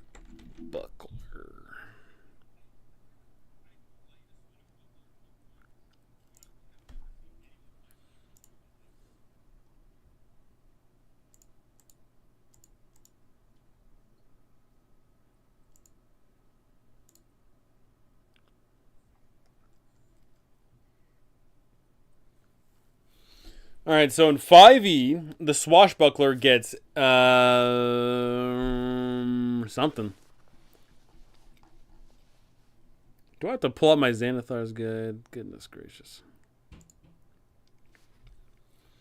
Alrighty, they get fancy footwork, which is if you make a melee attack, the creature can't make opportunity attacks against you, but I've already got that covered with the disengage.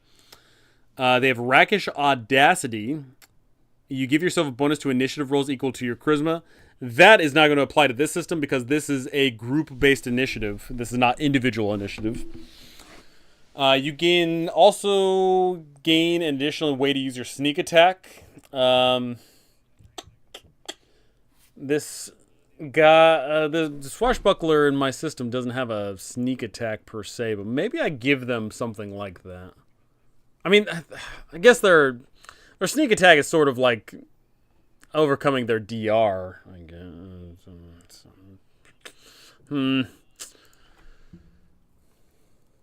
Although, yeah. And then at level 9, they get Panache, which is. You can charm people. Oh, there we go. I need to give them some sort of social something.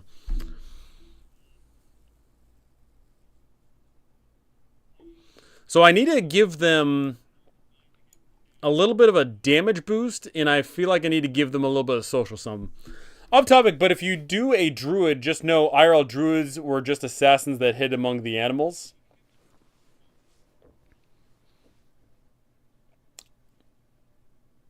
So I don't know anything like too much about like the Norse stuff, but would you say that like they didn't have druids, they had shamans, something along that line?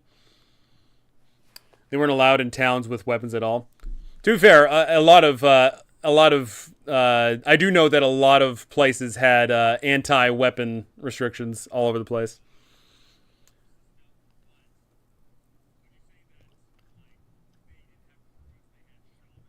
Alrighty, so somewhere along these lines here, I need to fit a little bit of a damage booster, and I need to fit a social something.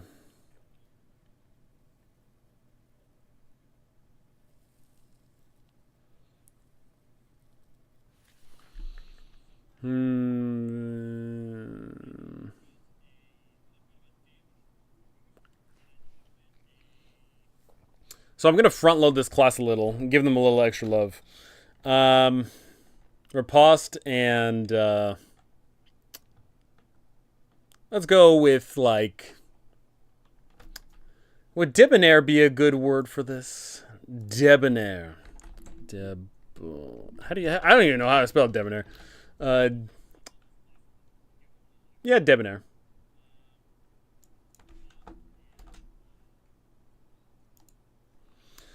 No, the Celts were Britons. They're called Druids by the time nothing was allowed to be written down. For the Buckler, social do some kind of hurrah for the party during combat, a group charge. There you go. There you go. Let's go Debonair.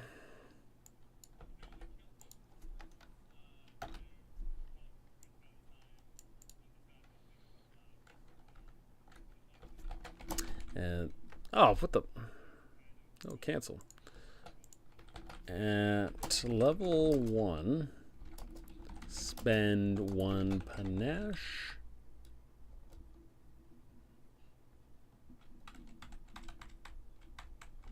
To gain upper hand on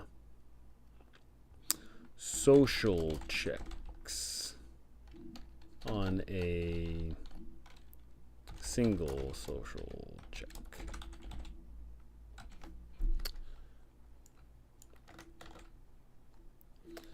And then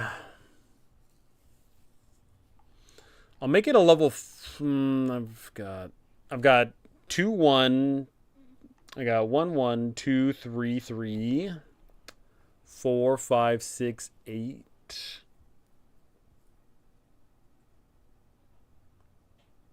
I'm gonna give them the duelist precision right away. In fact, I'm gonna front load them. They get a bunch of things at level 1.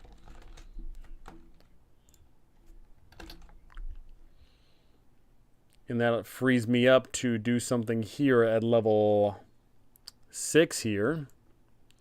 Dashing charge. You can spur on your allies.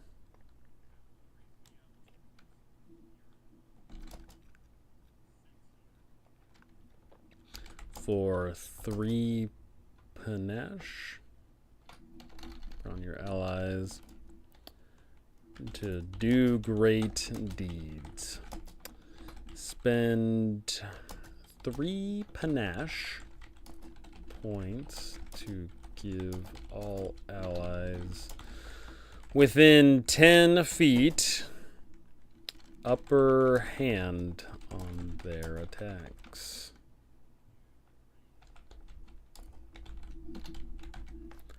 Boom.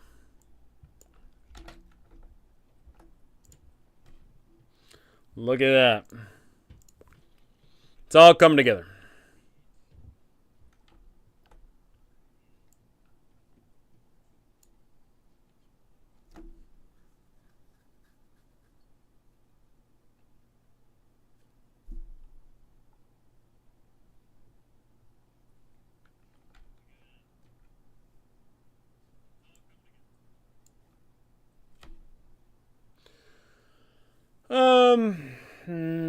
Yeah, let's, yeah, that looks pretty solid for me. I'm going to have them comparable to fighters because they are a D6 class and they can only wear light armor and they don't have access to all the weapons. So I think it's only fair, but they get a whole bunch of other, fun little tools. 16. And by fighter, I mean soldier. Soldier, yeah. For my system's totally not fighter, the soldier. 16, 32. 32 goes up to 64. That sounds like an accurate number. Yes, it does. 64. 120. 240, 360. What next? 360, 480. 620. Oh, just flat 6. Next is 720. Right? Yep, and then 840. Perfect. Alrighty, they are a D6 class.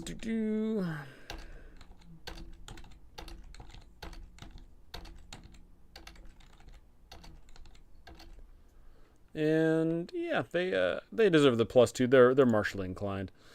Alrighty, so their attack bonus.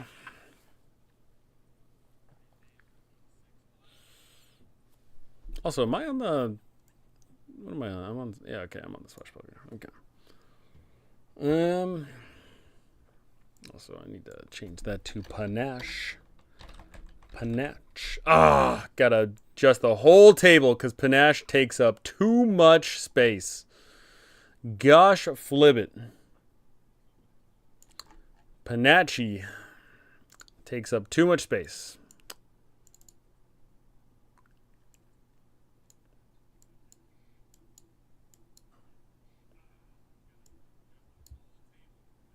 There we go. Alrighty. Their combat matrix going +1, +1, +2, +2, +3, +2. Yeah, I think their combat matrix is good. I think their combat matrix is perfectly fine.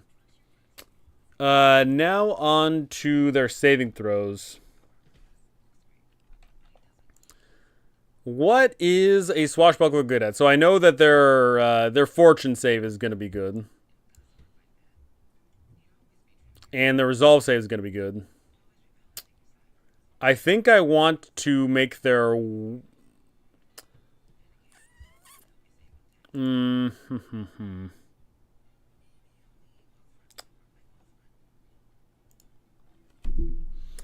I think they're...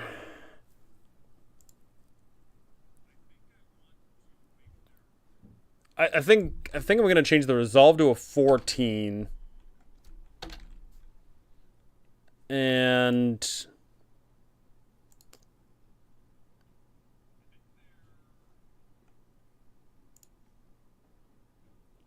I think to compensate, their heart's going to be bad.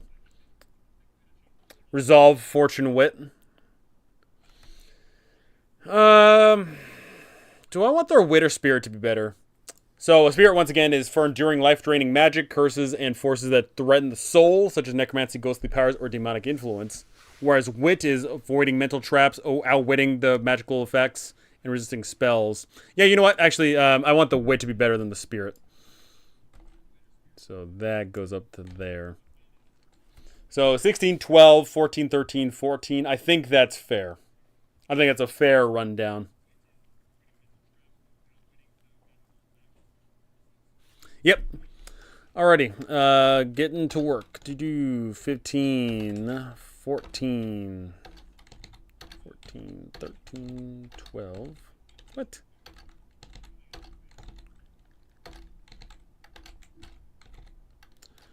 Uh, 10, 9, 8, and 8.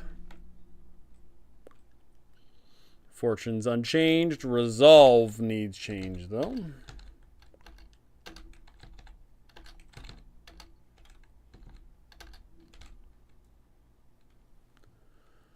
Yeah, 10.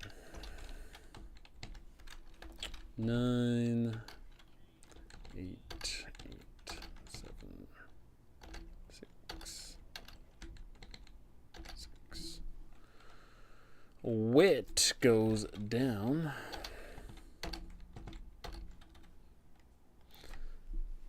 I sincerely doubt InDesign has this function, but it would be cool to have a thing of like recognizing a pattern of like, oh hey, I'm writing it this way, then automatically adjust for that. Like that, like, oh hey, you're definitely always going 2 1 2 1 2 1 down descending. Like, oh hey, we'll just like fill that in for you. That'd be cool. But alas, it is not so.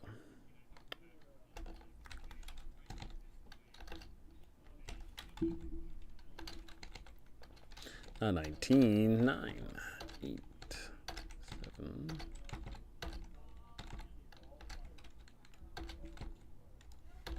Five.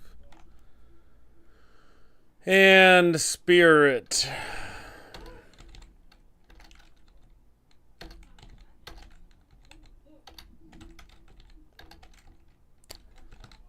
Nine, 8, 8, 7, 6, 5, 5.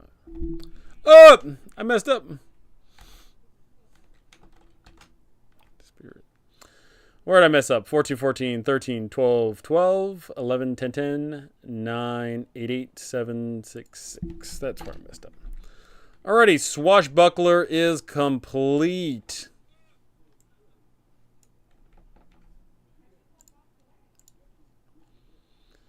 Tinker. Oh. How many more do I have left? Tinker, Witch. Okay, that's it. And then I think this is just like a leftover. Maybe I'll change this into a because I've already done the Dreamweaver, so I might turn that into the Ratcatcher or whatever. So you're basically doing 3 high stats for saves, 1 mid and 1 low. No, there is no rhyme or reason to how, or there is a rhyme or reason. It's never consistent in regards of how good they are at their saves in regards of each other. The saves are like some of them are going to have better saves overall than others, but that'll be a reflective of the class, and it'll also be reflective of their XP specifically. So I think, like, for example, and put up here, the champion I gave really good saves. The champion I gave overall really good saves. They have 10, 11, 12, 13, 14 versus a bunch of other ones start off with, like a 12, 13, 14, 15, whatever.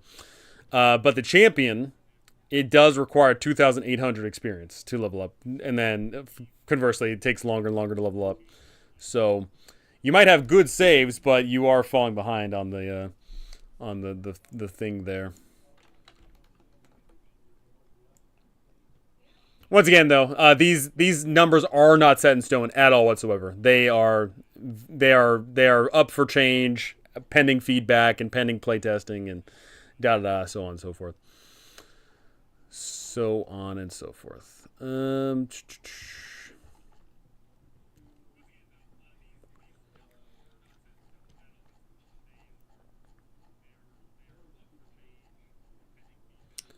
Alrighty, I'm probably not gonna tinker with a tinkerer today. Oh, that cracked me up. I'm probably not gonna tinker with a tinkerer today because I have because I've been doing this for a long time, and I feel like I did some excellent work today. I've done a lot, and done a lot of good deeds. Got to talk to a lot of people. Got to man, I'm pretty happy with my videos comment section. I've got a lot of comments today. Pretty freaking great. How modern are the weapons gonna be? I'm asking for the Tinkerer. So I envision this system has guns. I imagine that this system takes place in a maybe like a pseudo magical year 1500 or so, somewhere around there.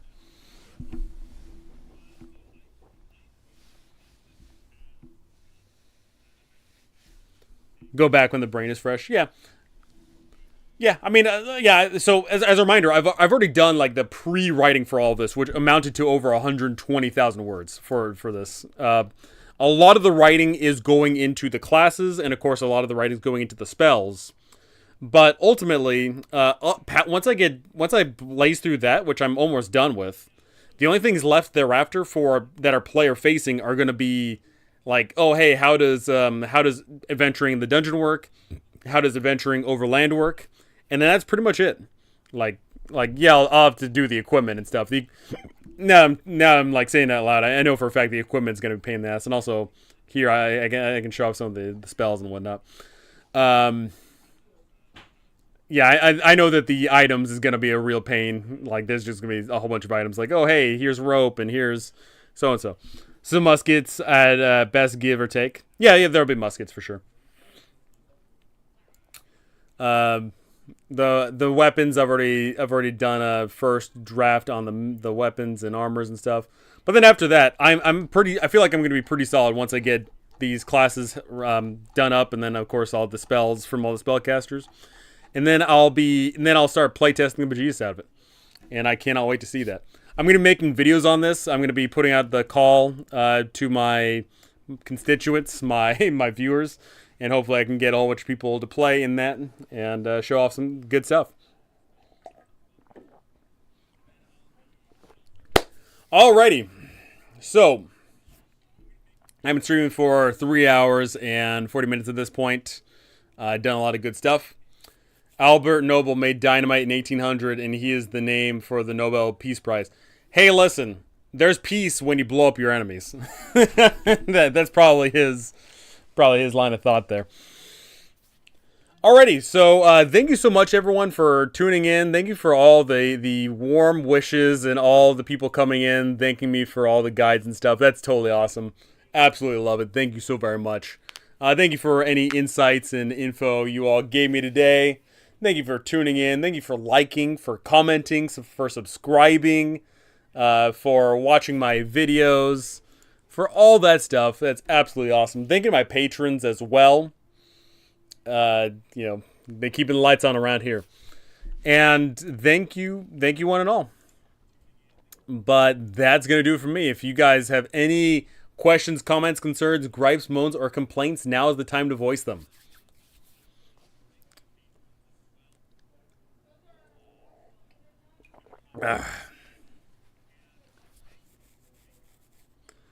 I'll give you 1 minute. 1 minute for the lurkers to come out. Otherwise, it's time to feed the cat.